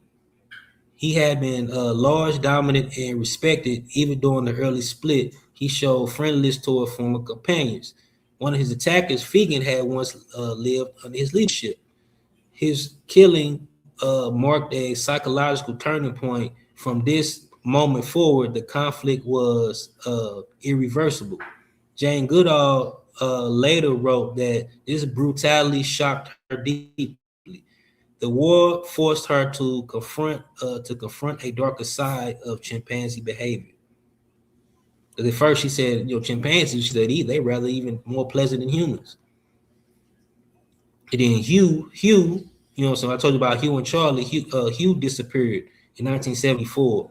Around this time, he disappeared, and his death was not directly observed. Researchers assume he was killed during the patrol, or even or even other reasons, could be predators or whatever.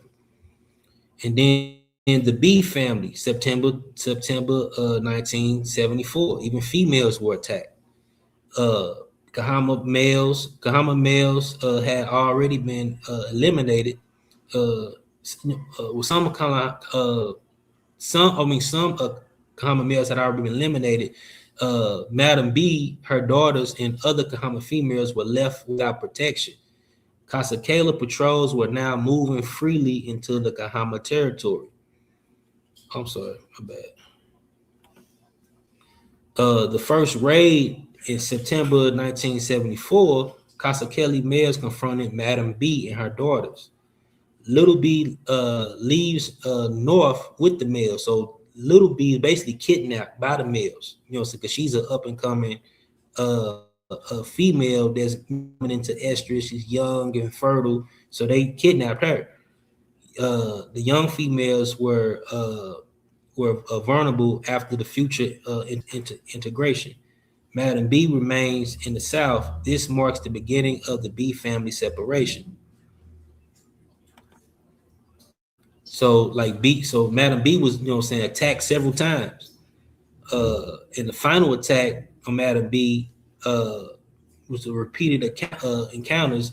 Little B accompanied the Kasakela patrols on later raids. So Little B would follow them, on these patrols to the south. And Madam B was increasingly isolated. Fourth and final assault attackers reported, which was Fegan, Satan, Jomeo, and Sherry. What had happened? Madam B is knocked down and beaten. When she tries to rise, Fegan and Satan charge her repeatedly, sustain assault until she can no longer move. And Little B, which followed them, she witnessed her own mother's death. War expanded beyond male assassination. Female targeting targeting and community destruction demonstrate total collapse of Kahama. And then Charlie's death, the Kahama leader in 1975. Fishermen reported sounds of violent conflict. They heard the sounds of chimps, commotion in the background. And then 3 days later, Charlie's body was found with severe injuries. Another common male was gone. And they found him with Charlie with his genitals, dismembered. And then the loss of Fabian, he was, which was a northern. He wasn't a Kahama male. He was Fagan's brother. So we had a loss from the Kasakela males as well. But Fabian was one of the Fagan's closest allies and important member of powerful air family, strong coalition partner, and helped support Fagan's rise in alpha status. He played a major role in Kasakela politics during and after the war. With Fabian gone, one of the Kasakela's strongest coalition began to disappear with him. So Fabian died. So Fegan kind of had to rule the Kasakelas of kind of alone, or this on his own other partnership, but not as close as his brother. His brother went missing, but they don't really know if he got killed by other males, neighbors, or even predators in the area. And they say Willie Wacky. Willie Wiley, the chimp, the southern chimp with polio, he disappeared and was never found. So he wasn't protected. So he could have got ate up by a predator, or most likely could have got killed by the other chimps, but it just wasn't documented, or they were never to witness it. And it says the death of the youngest of the Kahama Sniff in 1977. Last surviving Kahama male, Sniff remained the last adult Kahama male for over a year. So he survived over a year after the other brutal attacks. He avoided the Kasakela patrols. And a lot of the researchers, they thought he would probably join them back, or he would join another group. When they say observers believe he might escape, he might have escaped into another community. That did not happen, but that didn't happen. So he was just roaming alone, or vulnerable. In 1975, Kasakela patrol located and attacked him. The assault was prolonged and severe. This was like one of the worst attacks. Jane Goodall later described one of the most, in particular, when I tell y'all about Satan, say wow. Satan was seen cupping his hand beneath Sniff's chin to drink blood from the wound of his face. Sniff died from his injuries. With his death, the Kahama male line ended. So these dudes strategically took out a whole line, a whole group of males. There was Sniff right here alone. They came in and got him. In 1978, Kahama eliminated. By 1978, all 6 Kahama adult males were gone. One elderly female was dead.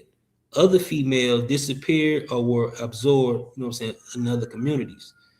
Even Little B, which is the last daughter of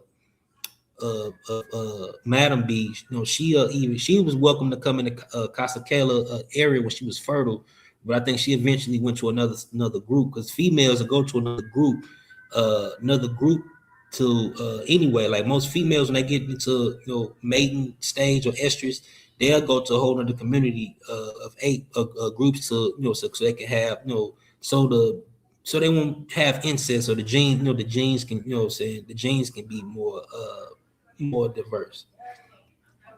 In the Kahama community ceased to exist. So there's no more Kahama. After Kahama, with the Kahama males eliminated, Kasakela moved freely through the former Southern Territory, but it was a problem. Through the range, the range extended roughly, 12 kilometers over 15 kilometers, and they say for a brief period, Kasakela appeared stronger than ever, just for a little bit, but a dangerous new border. The Kahama had functioned as a buffer, So like them taking out them southern males, that actually was a mistake, They of course chimps probably wouldn't thinking of that, But the Kahama actually worked as a buffer, between them and the southern group, the Kalande, which is a whole nother chimp community, a more bigger group. The Kalande males began expanding north, and victory created a new threat. See you see right here in this map, the Kalande, which is a southern group, they move into these territories too, because the Kahama gone now, so the Kasakela had to deal with them. Pressure from two sides. Surrounded, Kalande males outnumbered the Kasakela. Violence skirmishes occur along the southern border. Kasakela also faced harassment from Matumba to the north. The once victorious community was now pressured from both sides. And then you had the losses to Kalande.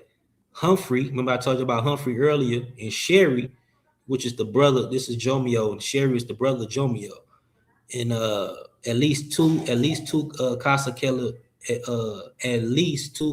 males, Humphrey and Sherry, were lost during this period. They were assumed to have been killed by Kalande. The war had ended, but the violence had not. Here's Humphrey. Humphrey, he died from those new southern groups and disputes between them. And they said the collapse, then survival. By 1981, Kasakela territory had shrunk roughly to 5 kilometers, down from nearly 15 kilometers. The land gained through years of war had almost completely disappeared. In 1882, the situation worsened. Kalande and Mutambu males entered Kasakela core area. For the first time, rival males were moving inside Kasakela territory. The community was on the brink of collapse, but Kasakela survived not through dominance, but through number and unity. A large group of young males began coordinating displays, loud, aggressive, and united. They did not win through fighting, they won through intimidation. So like the Kasakela, even though they didn't have a lot of dope males at the time, they had a lot of young males. So when I told you, when these other males, they make the patrols too, these quiet patrols, and they try to listen and see how many males or how many numbers of the opposite or the other opposition is out there. So they hearing the Kasakela, even though they don't have a lot of older dominant males at the time, they got a lot of young males, a lot of adolescent males. These adolescent males can still make these adult sounds, so they sound like they have more numbers than they actually do. In the shadow of war, anthropologist Brian Ferguson suggested that the war may have influenced later aggression patterns.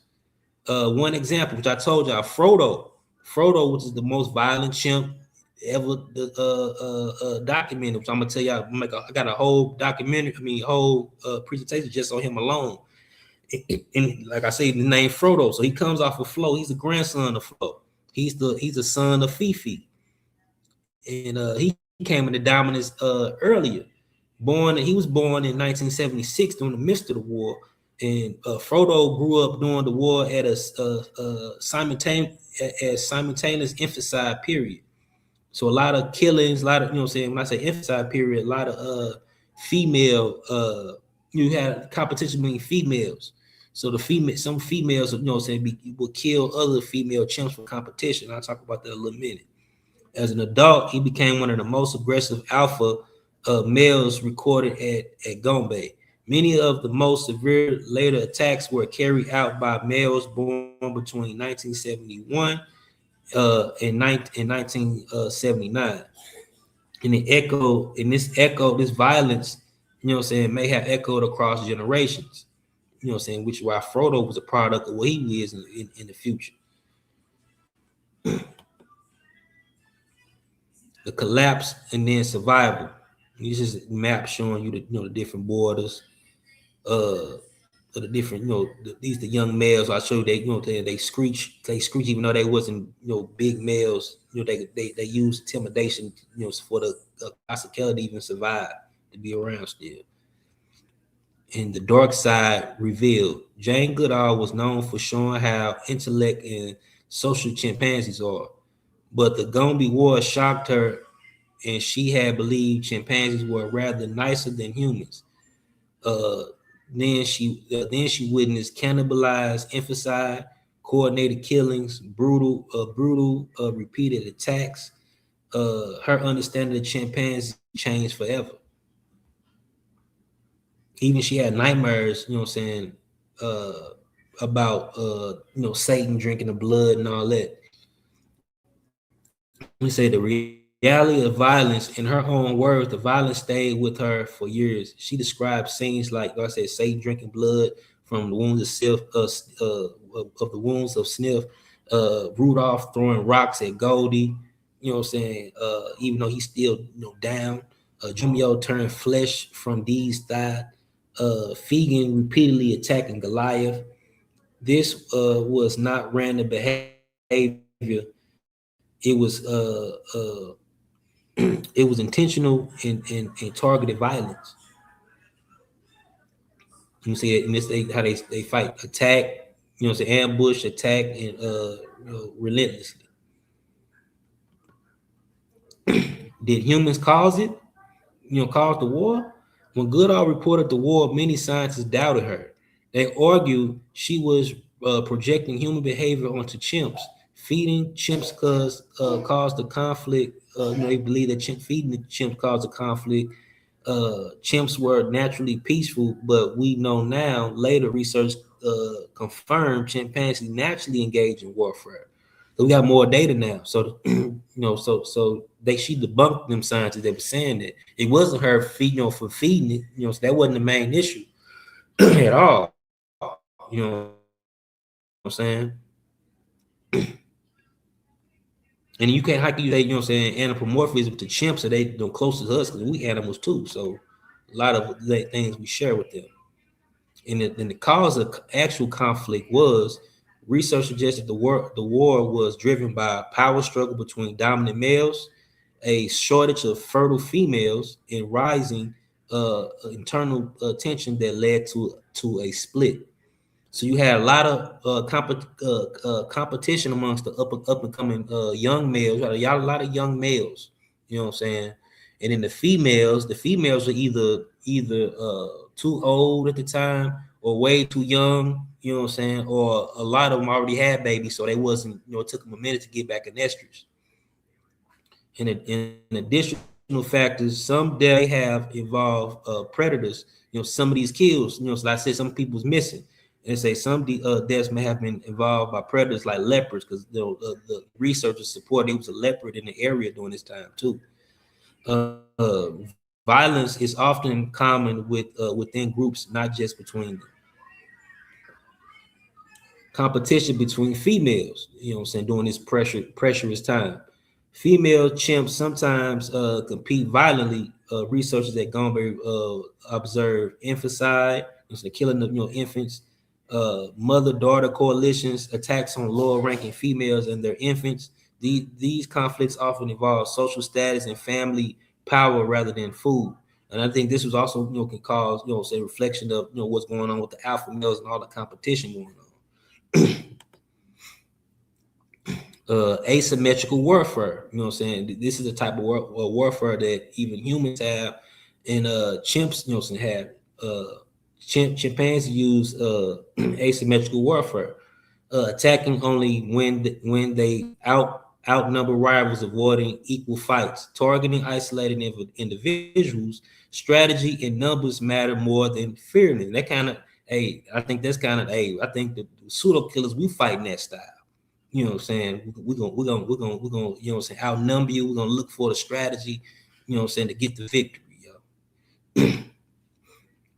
And a lot of other animals, you know what I'm saying, they like other primates, they use that technique, you know, it's asymmetrical, especially baboons, spider monkeys, even lions, you know what I'm saying, lions and hyenas, you know what I'm saying, when they attack their prey. But with the chimps is way more strategical, you know, when you get to primates. I'm gonna say the killer ape theory. The killer ape theory was proposed in 1950s by scientist Raymond Dart.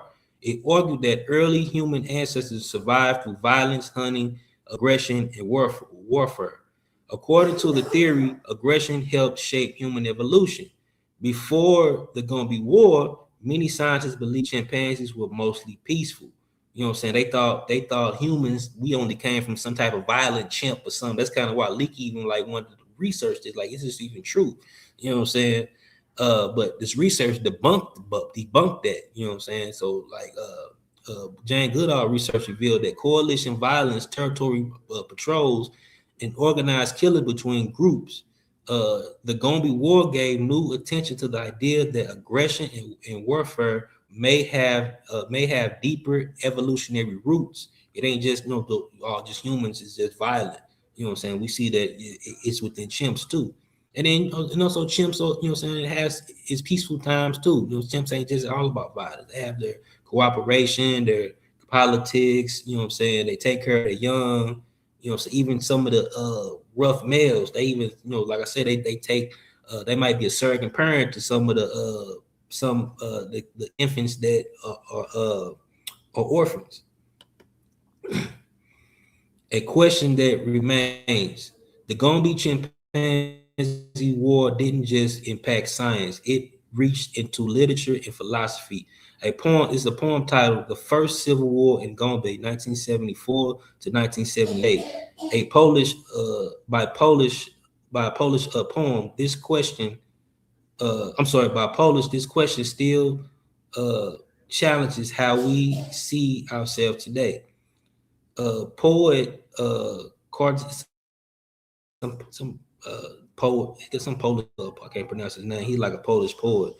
And captures the deep meaning of this conflict. He says, "Still, I don't understand were these chimps so human, or are we such animals?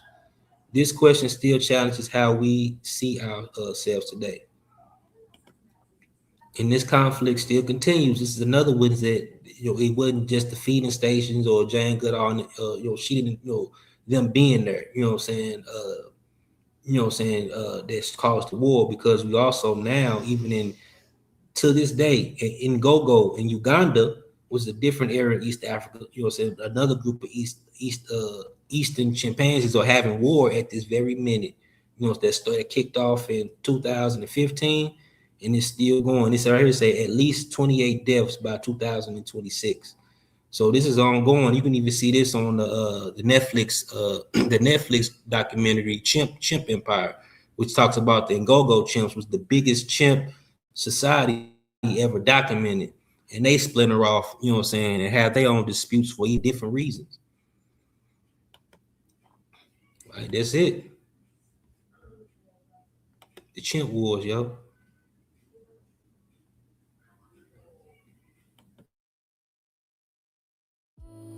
Hit the button, yo. Chasing pseudo, yo.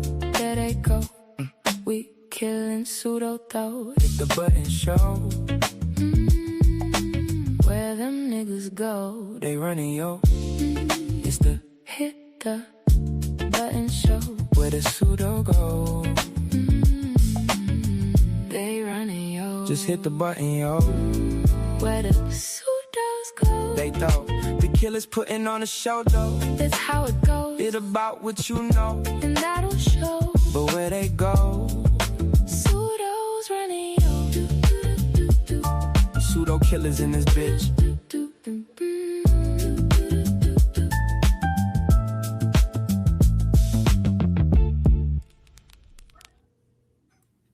And that was a hell of a presentation, Goodall. You want me to tell you where I got caught? When you described them as children. The offspring as children, that really brought it home for me. That was an excellent presentation. The choice of words, uh, that was dope.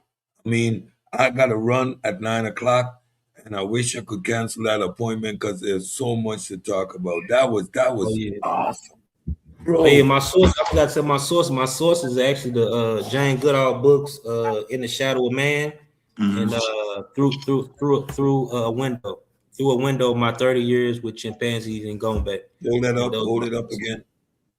Hold up the book again.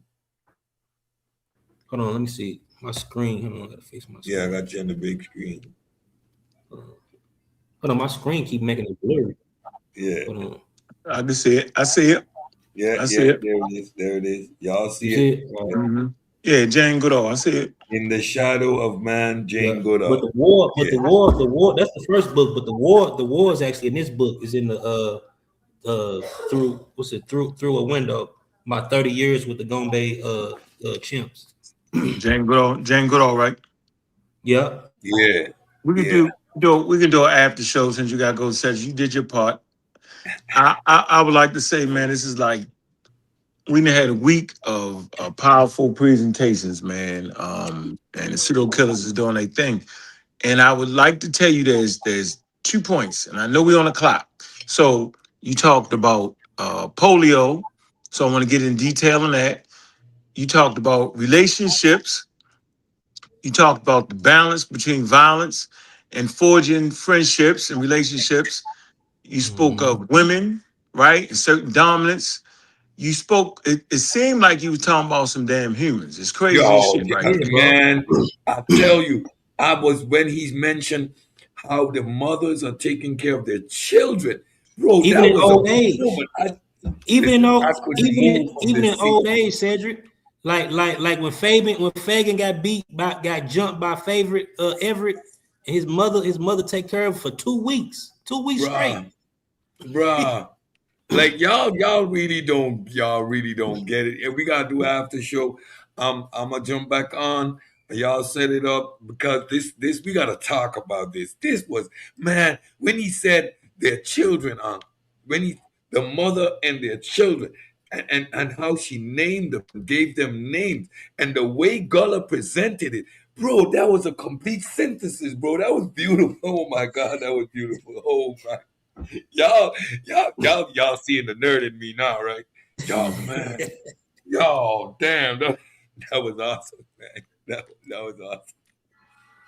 Y'all know That was, the age old saying, you can learn a lot from a monkey. Boy, we didn't know. Yeah.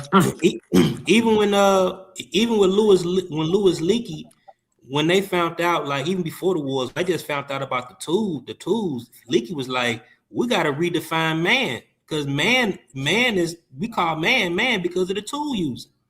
Right. hmm hmm The bro. medicine, how they self-medicate. I don't know if you got into that, but Yeah, I I mean, got all that. this information been pushed forward by you, I'm gonna yo. do one on just that. Yeah, I'm Okay. gonna do one on just that. Yeah. Mhm. Yeah, bro, this is so fascinating.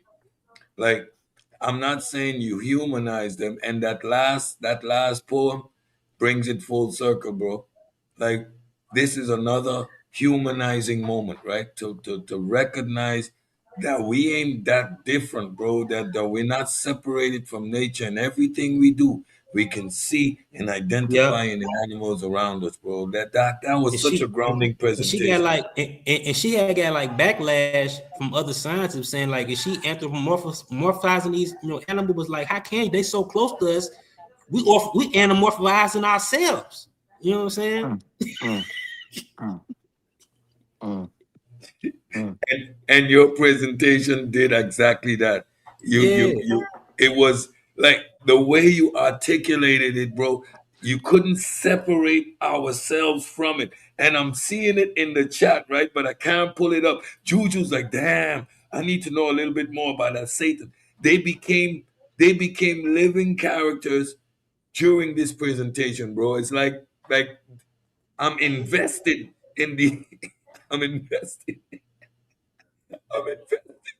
I'm so invested in these characters, bro. Oh, man, that was beautiful, color.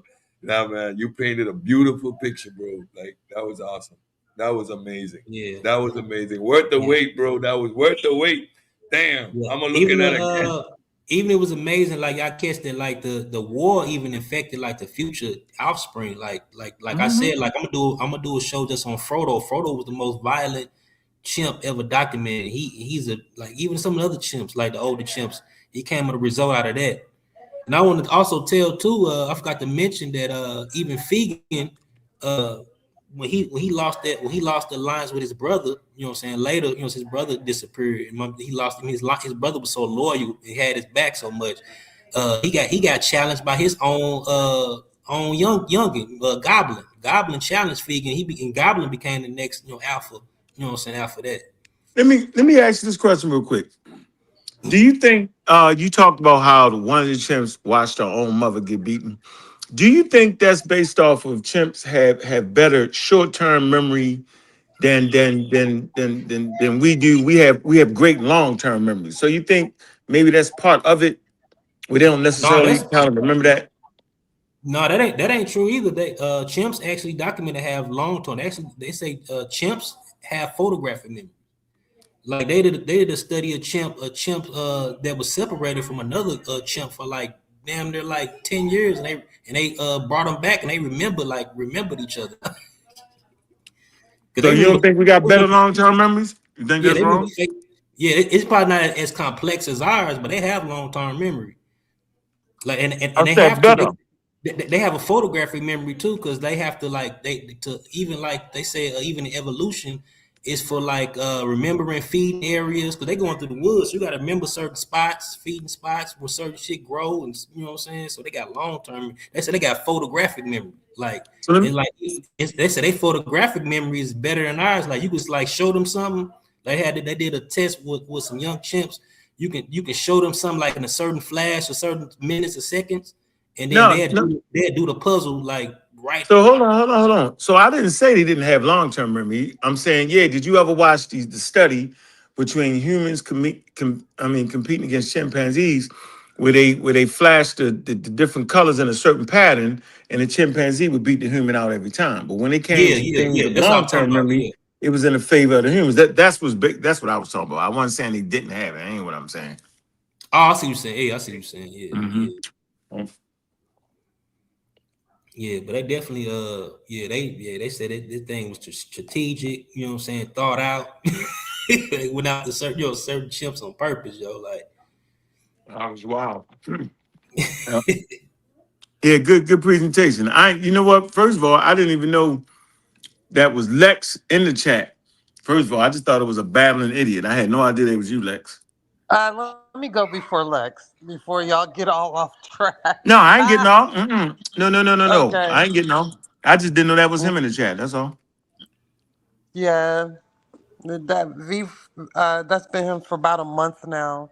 But I wanted to say to Gullah or Orlando Catarini, like I just loved how you gave us the factual information and the history, like you was like spitting, like you was telling us about some event that happened. It was just so like it was so clear. I don't know how to explain it. I don't want to say like he was giving us gossip. You feel me? More like he was giving us the game on the chimpanzee wars. But it was yeah, dope. You feel me? You right. feel what I'm saying? Yeah, You right on, know, yo. yeah. It wasn't like no gossip, but like you was giving us the game. You was like, see, this is what happened, and then he did this, and then you get this, and like I like that part of it because I Yeah, think it sticks that way. And sometimes when you're dealing with complex things, that type of communication works most effectively. You feel me? So yeah, stick what you're working with, because I don't know much about animals. I understand taxonomy, but I'm not the one to be talking about animals and, you feel me, their phylum or none of that stuff. So I'm Yeah, constantly listening to you to pick up tidbits so I can better understand that conversation. And I just appreciate your wherewithal and just and sticking with it. You feel me? So yeah. yeah, thank you, and excellent presentation. Hey, right Shit, I on. thought he was dead with him. I thought he was dead with Goodall. Facts. And my favorite one was what even like wowed me when I researched was Mike. Like Mike was really interesting because what he did with his dominant, he didn't use aggression, he used like intelligence. He Yeah. thought about using kerosene cans, banging together for his dominance, even though he wasn't even the strongest dude. You know what I'm saying? And then and now that we like they got the DNA of this society, we know that Mike was actually the father of Fegan. You know what I'm saying? So they kind of like that trait like carried even with Fegan, because Fegan, Goodall said Fegan was the most smartest chimp that she ever, you know what I'm saying, So, research. so Gullah, which He one was would be very Lex? Which one would be Lex? Because Lex, that nigga always by himself. He can't get a troop together. I don't know. He might be, hey, he might be Willie He Wiley. been trying. He been trying to kill us. He might be Willie Wiley, yo. Yeah, he been really, yo, you wild out, you real aggressive, yo, but you Where's my just, man, you too laptop? much. You know my Oh, you talking laptop about? is. You Yeah, talking read about people stay. I definitely stay alone. I'm definitely a lone Yeah, wolf. yeah, yeah, yeah, I don't yeah, follow yeah. crowds. I don't need teams, stuff like Man, that. But yeah, nigga, that might be a disadvantage, bro. Yeah, Yeah, not in you always. today's I world. mean, no man's an island. You always gonna yeah. need like family and people around you to support you. Trust me. Yeah, I Um, ain't. Yeah, you get it in one on one. well, Don't get it twisted. You that's ain't relative. underestimated. You definitely get it in one on one. You got that. You got that characteristic. Yeah, but you got people that got group dynamics and don't got an issue with getting it in Yeah, one on one. You know what I'm saying? But yeah. The one-on-one thing. I'm like Pat. I'm actually getting into doing the sciences, bro. Like the debate part is cool. You know what I'm saying?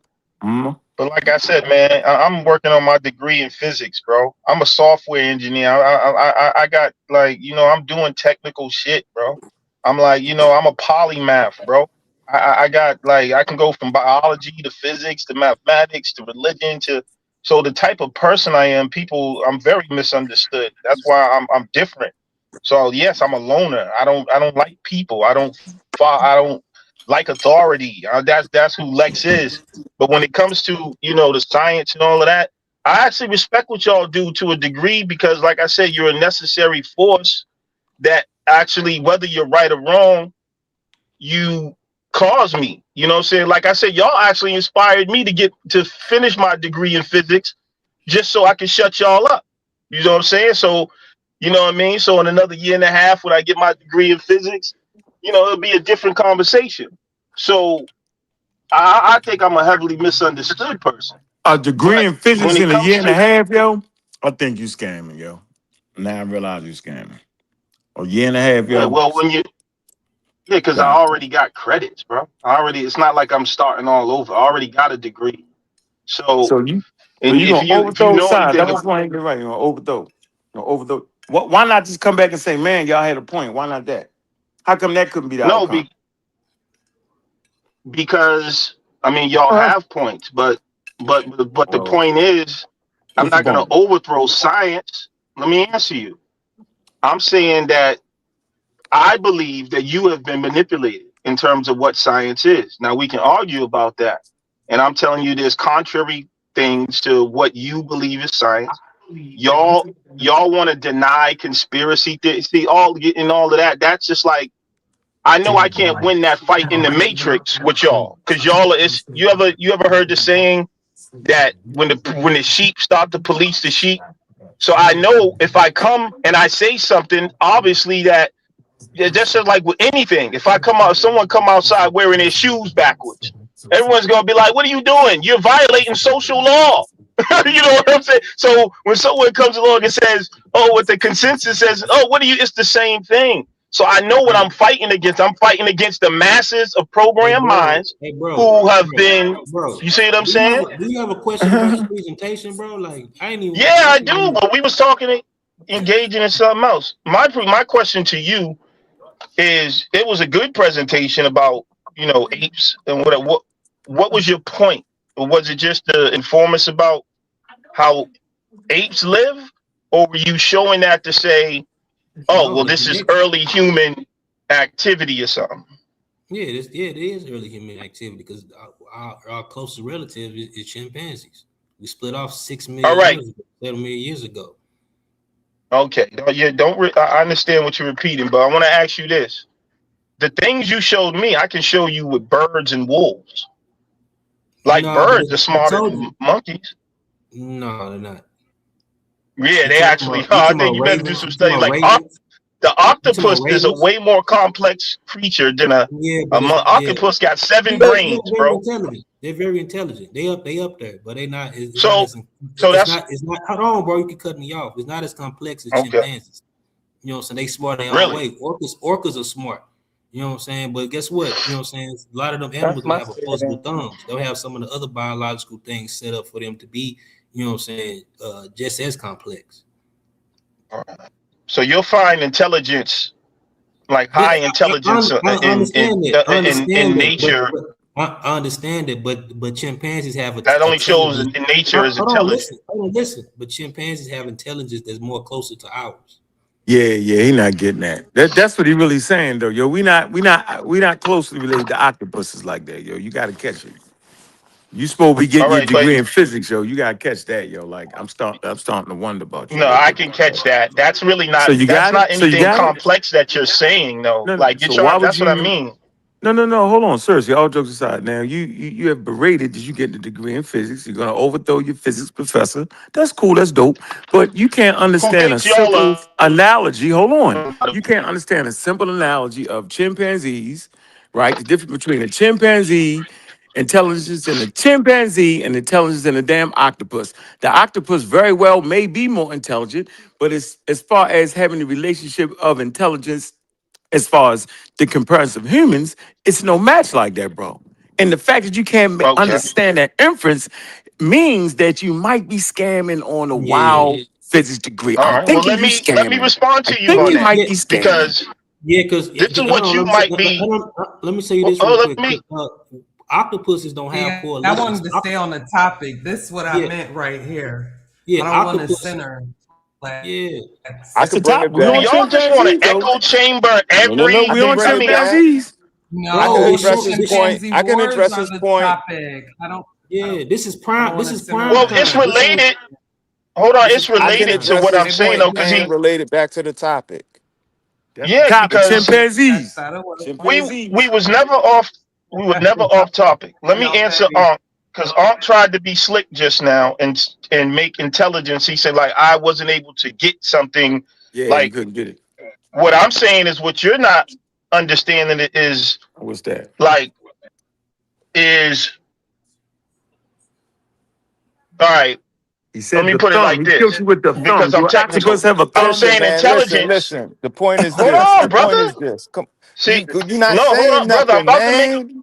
You bro. disrupting the flow of my man Okay, all right. Go presentation, ahead. bro. Y'all like to be gangster with it. Go ahead. I just want to be No, we Yeah, want professional. to that Have stay the was. on the chips. Say Stay on the something, chips and the man. disposable thumb, yo. But I Stay on was the just thumb. Yeah. responding to the red hat dude. Always has a problem with me, bro. He's an He issue. don't. No, He bro. don't. Get off that. Just keep talking Like, about the No, chimps. I Go was ahead. just about to respond to you, and About the he chimps. just don't like Sit me down. Here because you he's go. a Relax. lame, Lex, bro. Relax. you Relax. got the Relax. bro, you floor. finna Let me get kicked Go respond to out, ahead. you, bro. bro. We finna Go get up ahead, out of here, So man. what bro. I'm saying is, when you was talking Oh, about intelligence, and the you chimps. Don't get see out. Mhm. you see intelligence in the chimp as chimp intelligence, and they have this much What? potential in the chimp. And then if I talk about the Ain't octopus, no you'll see it. potential. It ain't But about nobody. as a person who's What? into Intelligence ain't technical about stuff, intelligence. what I'm Hold on, yeah, bro. yeah, you're Hold not. on. Hold Oh my on. god! All Intelligence. right, Hold on. man. Well, maybe next intelligence. time, man. Maybe Yeah, next next time, time, bro. bro. Because how you gonna respond to me if He's never you on haven't heard me out topic. yet, brother? Bro, you gotta He's never stop, Listen, on bro. topic. So we don't wait. I'm We on don't want to topic. ruin the I show. just You Your ruining the point is Only show, bro. wait. Let's. irrelevant. We only all right, one man. voice at a Peace and time, love to y'all, please. man. I come in peace, man. I don't want to Thank ruin the show. you. I'm gonna step off, but hey, man. Hey, good show, y'all. Have a good one. You took too long to tie it Thank you, together, Lex. yo. You took too long to Yeah. tie it together. Like Lex, you supposed to tie that together quick if you so sharp. Real quick. Real quick. Yeah. Like octopuses Real don't have quick. coalitions. Octopuses don't have complex societies. right. Octopuses don't have relationships like chimpanzees do with Yeah, humans, man. octopuses are They are introverts. That I solitary. do They are know. solitary animals. Right. And Yeah, Yeah. and very let's go. And let's intelligent. go. Listen.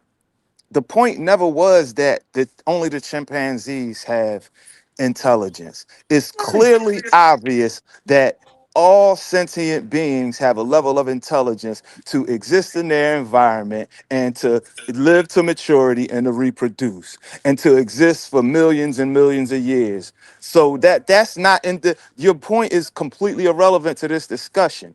Now, what makes this relevant is from an evolutionary standpoint. We are primates. They are Mhm. primates. We are Yeah, anatomically cousins. We have the same structure. We have the same eyes. We have the same disposable thumbs. We have the same anatomical structure. And we have structurally a similar brain, not the same, similar. Now, when you're talking about evolution, just like our physical frames evolved from a common ancestor, it's not a far fetch to see how, as primate brains developed, so did changes and advancement in primate behavior. So it's not a far-fetched thing to say that if you look at chimpanzees, you might be able to get insight into how Homo erectus and how Neanderthal and how all of the other archaic humans lived. It's not, that's not, come on now. Like, what are we doing here, man? It's like motherfuckers just be wanting to argue just to argue for no reason. The point never was that there's no other intelligence in the animal kingdom. We know that. The So point is that Supreme. these animals are our anatomical cousins, period. Yeah. Supreme. So I have and that's a the question. issue. Like he can't see that he can't we need to be able to make those he didn't do a whole presentation just to prove the chimpanzees are just as smart or not as smart. He did the presentation to show you the relationship, right? Between the organisms, yo, and how closely related their behaviors was, their family structures Fact. was, right? You know what I'm saying? So Yeah. so that's what I'm saying. I can't believe that this man is getting a degree in any damn thing. Cause he's supposed to be Yep. able to figure that out. He could have closed his eyes and not heard the word chimp. He'd have swore you was talking about Bill, Greg, Tom, and Willie down the street somewhere. He just swore that. Oh, he was talking about gang wars, just Right. human gang Yeah. wars. Period. Correct. Yep. Yeah, that's Yep. the best analogy that I can think of is human gang wars. You know, the blood and the Crips, whatever you want to call it. You feel Hmm. me? Yeah. Yep. They in the So they I they think you all need in to the put the neighborhoods. They went voice to the same high background up, schools. Yep. Orlando, and you can see the book better, Orlando. You got a white Yep. background with a white book. That's why we can't see it. So Oh change yeah, your yeah. background darker, Okay. and we might be able to see your book. FYI. Okay. I wanted to ask a question to Gullah to get back on the chimpanzee wars. Satan, why was his name Satan, and why was he? Um, what was his? You know, what did he do? I guess I might have Oh, missed it. he was really violent. He was the one Very violent. that drunk blood from Sniff's face. The last chimp that they killed. Oh, Jesus. So he got the name for drinking the blood, or Yeah. overall Yeah, he just got that violent. He was overall a just demon. He was a just overall demon just chimp. violent. Like he was a demon like from an early age. Ooh, okay. Yeah, It's violent. like we have Cause she observed a lot of these chimps like growing up, when like they were especially like babies, right? vegan generation. Yeah. Yeah. So I was very familiar with Jane Goodall a long time ago when I was very young. You feel me? Um, So, but I was too young to understand like the complexity of her work, you know. But her, I was very much like in awe, you know, because she was this YT woman in Africa, you know, studying chimps, and she was there for so long, and it was just fascinating. I mean, that was literally her life's work. You know what I'm saying? So Mm-hmm. yeah, and I think that's funny because there are even human beings, and I love that we're talking about this, and it gives us this like relationship from you know something that we once you know was a part of, I would say, or we diverged from. How many years did you say that we diverged from the chimpanzee? I thought it was 40 million, but I thought I heard you say No, another it's number. like it's like 7 to 6 million years ago. Interesting. Is that recent corrections, or we've already always known Yeah, this? 7 million, 6 million. Yep. Yeah, it's always been that. Yeah, it's always been that. Mhm. I think you might be Okay. talking about like other maybe other primates like overall, but like you got Okay, different not levels. the chimpanzee. And I'm talking about the monkey. Excuse me. The monkey was 40 million years, right? I'm confusing it, I think. Yeah, Yep. Yep. what? Yep. Yeah. Okay. Hmm. All right. So the chimpanzee, 7 million years. Okay, okay. I just wanted to clear it up in my own head. If any of you in the chat have any questions, I think we dropped the link. How much more time do you have, Gullah? So I'm chilling. I'm up. Yeah. Yeah, so Gotta Man, I'll go get. drop I want to see I'll drop more, the bro. facts. Yeah, When is your next presentation? What are you uh, gonna do on next? I might do one. I might do like a little quick one on the the people in Egypt because we had a discussion today. You know what I'm saying? To get screw people heads on with that. But the next primate presentation, I think I'm just going in on Frodo. Tell a Logos. little bit. I'm gonna tell a little bit more Frodo in the the next generation. Mhm. You know what I Oh, mean? okay. Yeah, Okay. that's what I Yeah, want to hear. Yeah. and See then how in that Go. next generation turned out. I know they Yeah, was wild. and I want to do one on in Go, which is the Yeah. recent, which is the present chimp wars, Hmm. and So other things too, you like talking about the one that you talking about the next documentary was on? Oh yeah, yeah. yes, and That's the big one. it's in Uganda in Gogo. Yeah, Yeah. I tried What? to watch that documentary. It was wild. Yeah, that one wild. And what's crazy about that one is that the one that the group the Western group that splinter You off from the Central group, the you smaller group froze. is the smaller group is actually the one that's more aggressive, like violent. Like Mhm. Yeah, so strength really ain't got to be in numbers, huh? yeah, it's strategy and all that. You know what I'm saying? Right. Yeah. What is it? What was his name? Legan, Which one? the Oh, very Fegan. Oh, methodical one. Fegan. Fegan. Yeah, It was Fegan. a F. Yeah, Jeez, that yeah, yeah. dyslexia. Yeah, you thought Fegan Yeah. was something. Yeah, wait till I tell you about Frodo. You know what I'm saying? Like Frodo, Okay. he really took advantage. Like he was a really violent, aggressive, like violent leader. You know what I'm saying? In the future, he was a baby during his time in 1976. Like Okay. even when he came to rule, they had like I think the community had like an outbreak. They had like an outbreak of some type of mange or something, some type of parasite. So he took that Okay. opportunity. He took the opportunity to beat the hell out of his brother because his brother was the alpha. He took his brother So he position took because he over. knew, yeah, because he knew all of them had like pests, and he had even separated himself from other chimps. You know what I'm saying socially, so he didn't catch it. The vulnerability to Yeah. take seeds. See that Hmm. they're so mythological. What's that word? Getting tongue Method- tied. oh, Yeah. Methodical. methodical. Extremely Methodical. methodical. Yeah. Yeah. Methodical. Being extremely methodical. So I think I love seeing that side. It's just like humans. I hate to say it. Sorry. That's Yoshi playing Yeah, some it plastic. is. Like we've been trying to kind of not say it, but it's uncanny just a resemblance Just like to, humans. yeah, What man, else you yeah, gonna say? like you said, Bloods and Crips, just like Yeah, you said, Juju. You just know what I like mean? Bloods and Crips.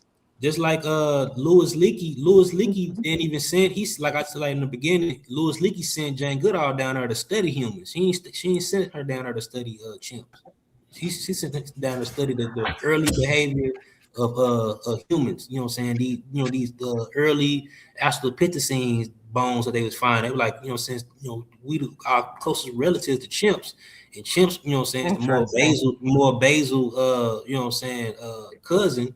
You know what I'm saying? Their behavior must be similar to our ancestors, you know what I'm saying, since we from the split. You know what's Well, crystal I clear to mean, me now? You know what's crystal clear to me now? Human uh-oh. migration. Human Mm, migration. Like we was always like we was always like, damn, how what's in the mind that would make us pretty much walk across the planet? And this is it. You stay in one place for a minute, it get a little crowded, the crazy yeah. stuff start happening. You All right, move listen, out. man, we either gonna That's go to war, we gonna be out. We out. that's that fission fusion society I was talking about. How you got like one Interesting. group, you have one big group, and they have little cliques and splinter off. So eventually, if the Mm-hmm. group get too big, one group might splinter off and make its own group. You know what I'm saying? Mm. So this new chimpanzee war that has no link to Jane Goodall's chimpanzee war. No, it's not no link at all. This is in totally different area. The one with Jane was in Tanzania, near Lake Tanganyika. Uh, and the one that's in Uganda, Ghana. that's Mhm. totally different. It's from a whole totally different cause. You know what I'm saying? Well, the reason Okay. why it's going on. Okay. Because I'll the look one, on the map, see how because far the that one, is.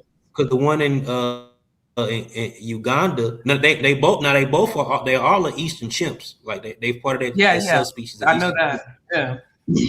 But the reason why they saying the reason why the war happened in Ugogo, because the population is so big. This is the biggest population the chimps ever documented. The population is so big that it's hard to maintain with all the males.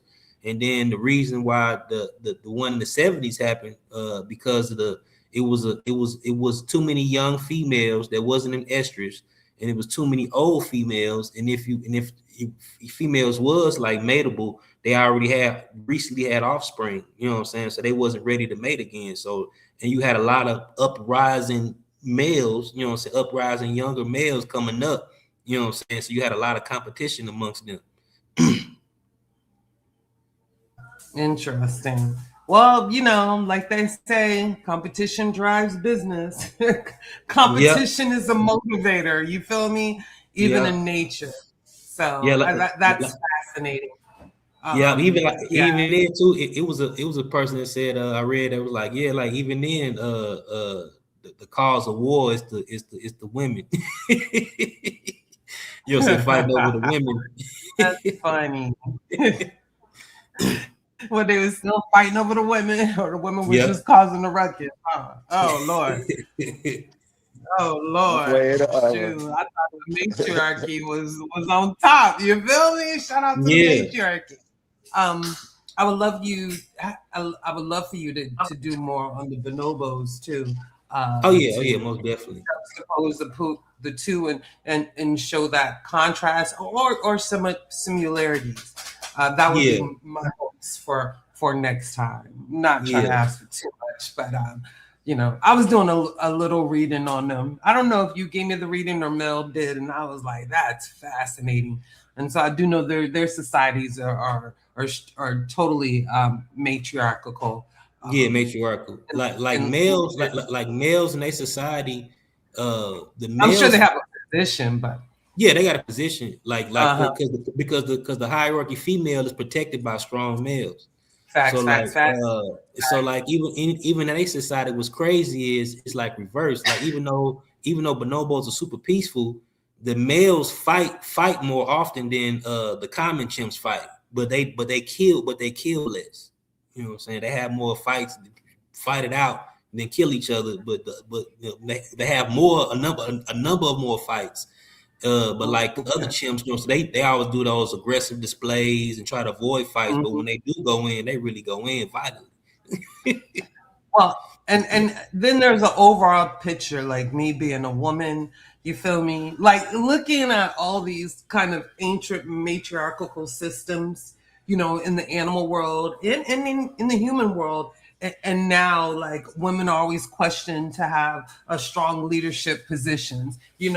So Yeah, always trying to connect the two, like how did that happen?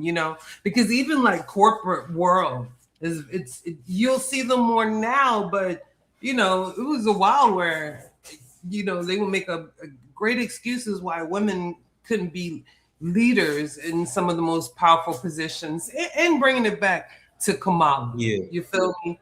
oh And then yeah, when we look at these other examples, it's a total contrast in what we think or the outcome or the capacity or ability is totally different. You feel me? Like yeah, very able and the societies are good. You feel me? And this is yeah, like, yeah, yeah. it's a lot we can learn from nature, and I think that people just don't want to. Oh Stuck yeah, on religion and politics, and how religion has demanded the protocol to how we see leadership in the first place. I know yeah, that's a tangent, but just is the stuff I'm thinking in my mind when I'm when you're talking about these bonobos and chimpanzees. I yeah. have to relate it to us because there is an evolutionary connection, so Oh yeah. something happened. You Yeah, like feel? even because like even Yeah. like chimps, like I was saying, like they had that like Fegan and Faber had that close relationship with their mother, like they connected them two together because of their mother. And then like even the women hierarchy can get brutal too, like because of guess what was going on in the competition. A lot of them females, it was a female came named Passion and Palm and Passion. Mm-hmm. They was like trying to climb up the ladder and make they offspring more what I'm saying, survivable. So they started killing and eating other females babies or lower ranking females babies so they babies can have more success. Dang.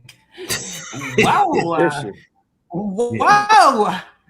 Yeah, the Jeez. animal You kingdom got is you got vicious, any boy. questions or anything else to say? I mean, we have this ideal that humans can't, kill babies or harm babies, but we know in some African traditions and without cause, and I think that's a whole different show, a whole different social experiment because, you know, we have capabilities now, but when a baby was disabled or, because everybody was needed in order to work and have this community efficient, right?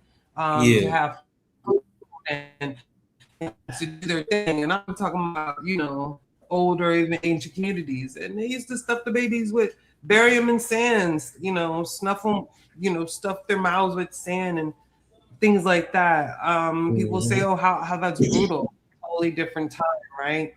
yeah, Yeah, And yeah, now we see it yeah. in the animal world. So it's just, I just yeah, find it fascinating. I know people are like, oh, that's so weird, that's so disgusting, but it's a matter of trying to understand behavior. You feel me? yeah, You yeah, just want to understand behavior, and I guess any evolutionary psychologist or a psychiatrist will have some proximity to these studies to understand the evolution of behavior. You feel me? yeah.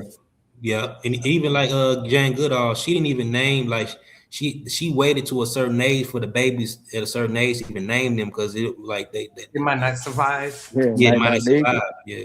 Mm, mm. Preem, you up? You got any questions? Anything to add? I'm done with Yeah, my question. no, honestly, man, he answered my questions, man. I'm looking forward to his other his the next generation and the other Yeah, the other big current fast. war. That was dope. I did see a little short kind of documentary on it, but it's only so much I'm detail they gonna could go go watch it into. tonight. Is that the one where it was like the population swelled, the troops swelled to like almost 100 or 200 Yeah. Yeah, it's chimps or like something Yeah, like that? And yeah, yeah, that's and the then no at biggest Netflix. some point, at yeah, it's the some biggest point, it's the biggest chimp. It's the biggest chimp The Ngogo one, the recent one, is the biggest chimp society ever documented in the wild. Yeah, and they was talking about how at a certain point, certain elders started dying off, and they was the kind of the ones that was they were pretty much the ties that binded all of the separate cliques together. And then Yeah, once they start dying off, it was just like, who is y'all? Y'all, you know what I mean? We don't really know y'all peoples. And yeah. then and it just went from there, like whatever. And I forget exactly what sparked it off, but man, you making me want to go back and look at all that stuff, man. Yeah, it's dope. It was a dope presentation. Right on, man. This was dope. Yeah, Excellent presentation. I still want you to keep that vibe too. You feel me? I just need you to Yeah, give us the game on it. You feel me? Because yeah, I love that simplicity. Yeah, I understand everything you said. You feel me? Had a couple yeah. questions because I might have missed the point. You know, I didn't hear you, but yeah, I like that vibe that you giving us. You just giving us the juice on the subject. You feel me? I love yeah, I know, right? I love that. I was Man, like, that's right. it's like a You're TV series. Yeah, he just talking to the homies. You feel me? You Yeah, got this guy. He was, and he's very specific. I love it. It was yeah, good. yeah, It was good yeah, storytelling man. of a factual event. Yeah, I thought that was perfect. I know a lot of people won't get into it, but these things are important. It helps you understand the world around you a little bit better. So if you're wondering why we're doing it, that's why.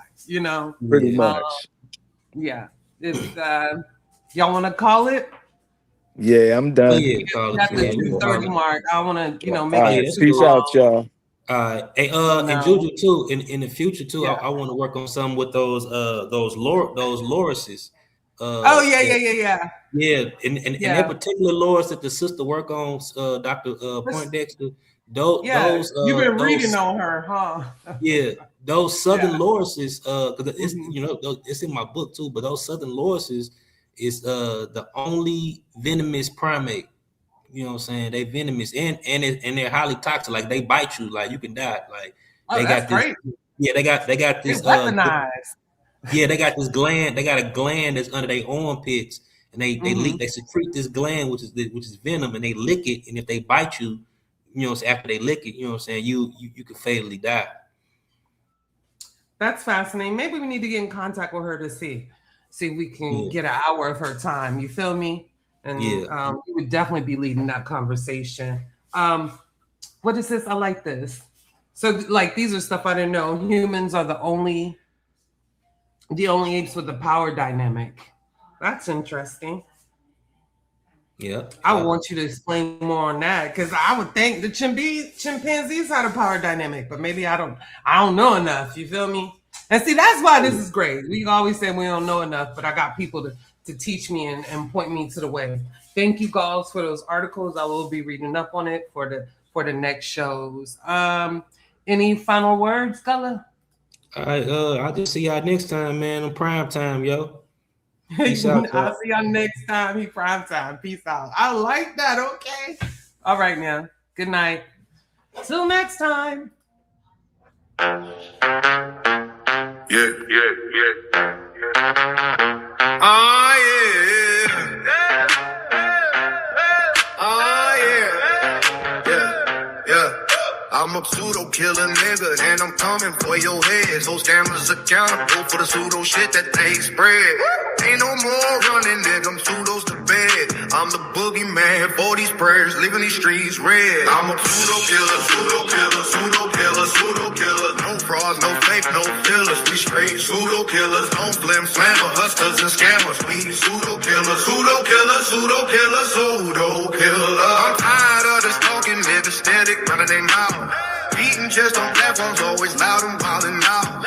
They ain't saying nothing, only begging for some clout. When I step in the rain, nigga, mama say knock you out. I'm a pseudo killer, pseudo killer, pseudo killer, pseudo killer. No fraud, no fake, no fillers. We straight pseudo killers, no flip flammer.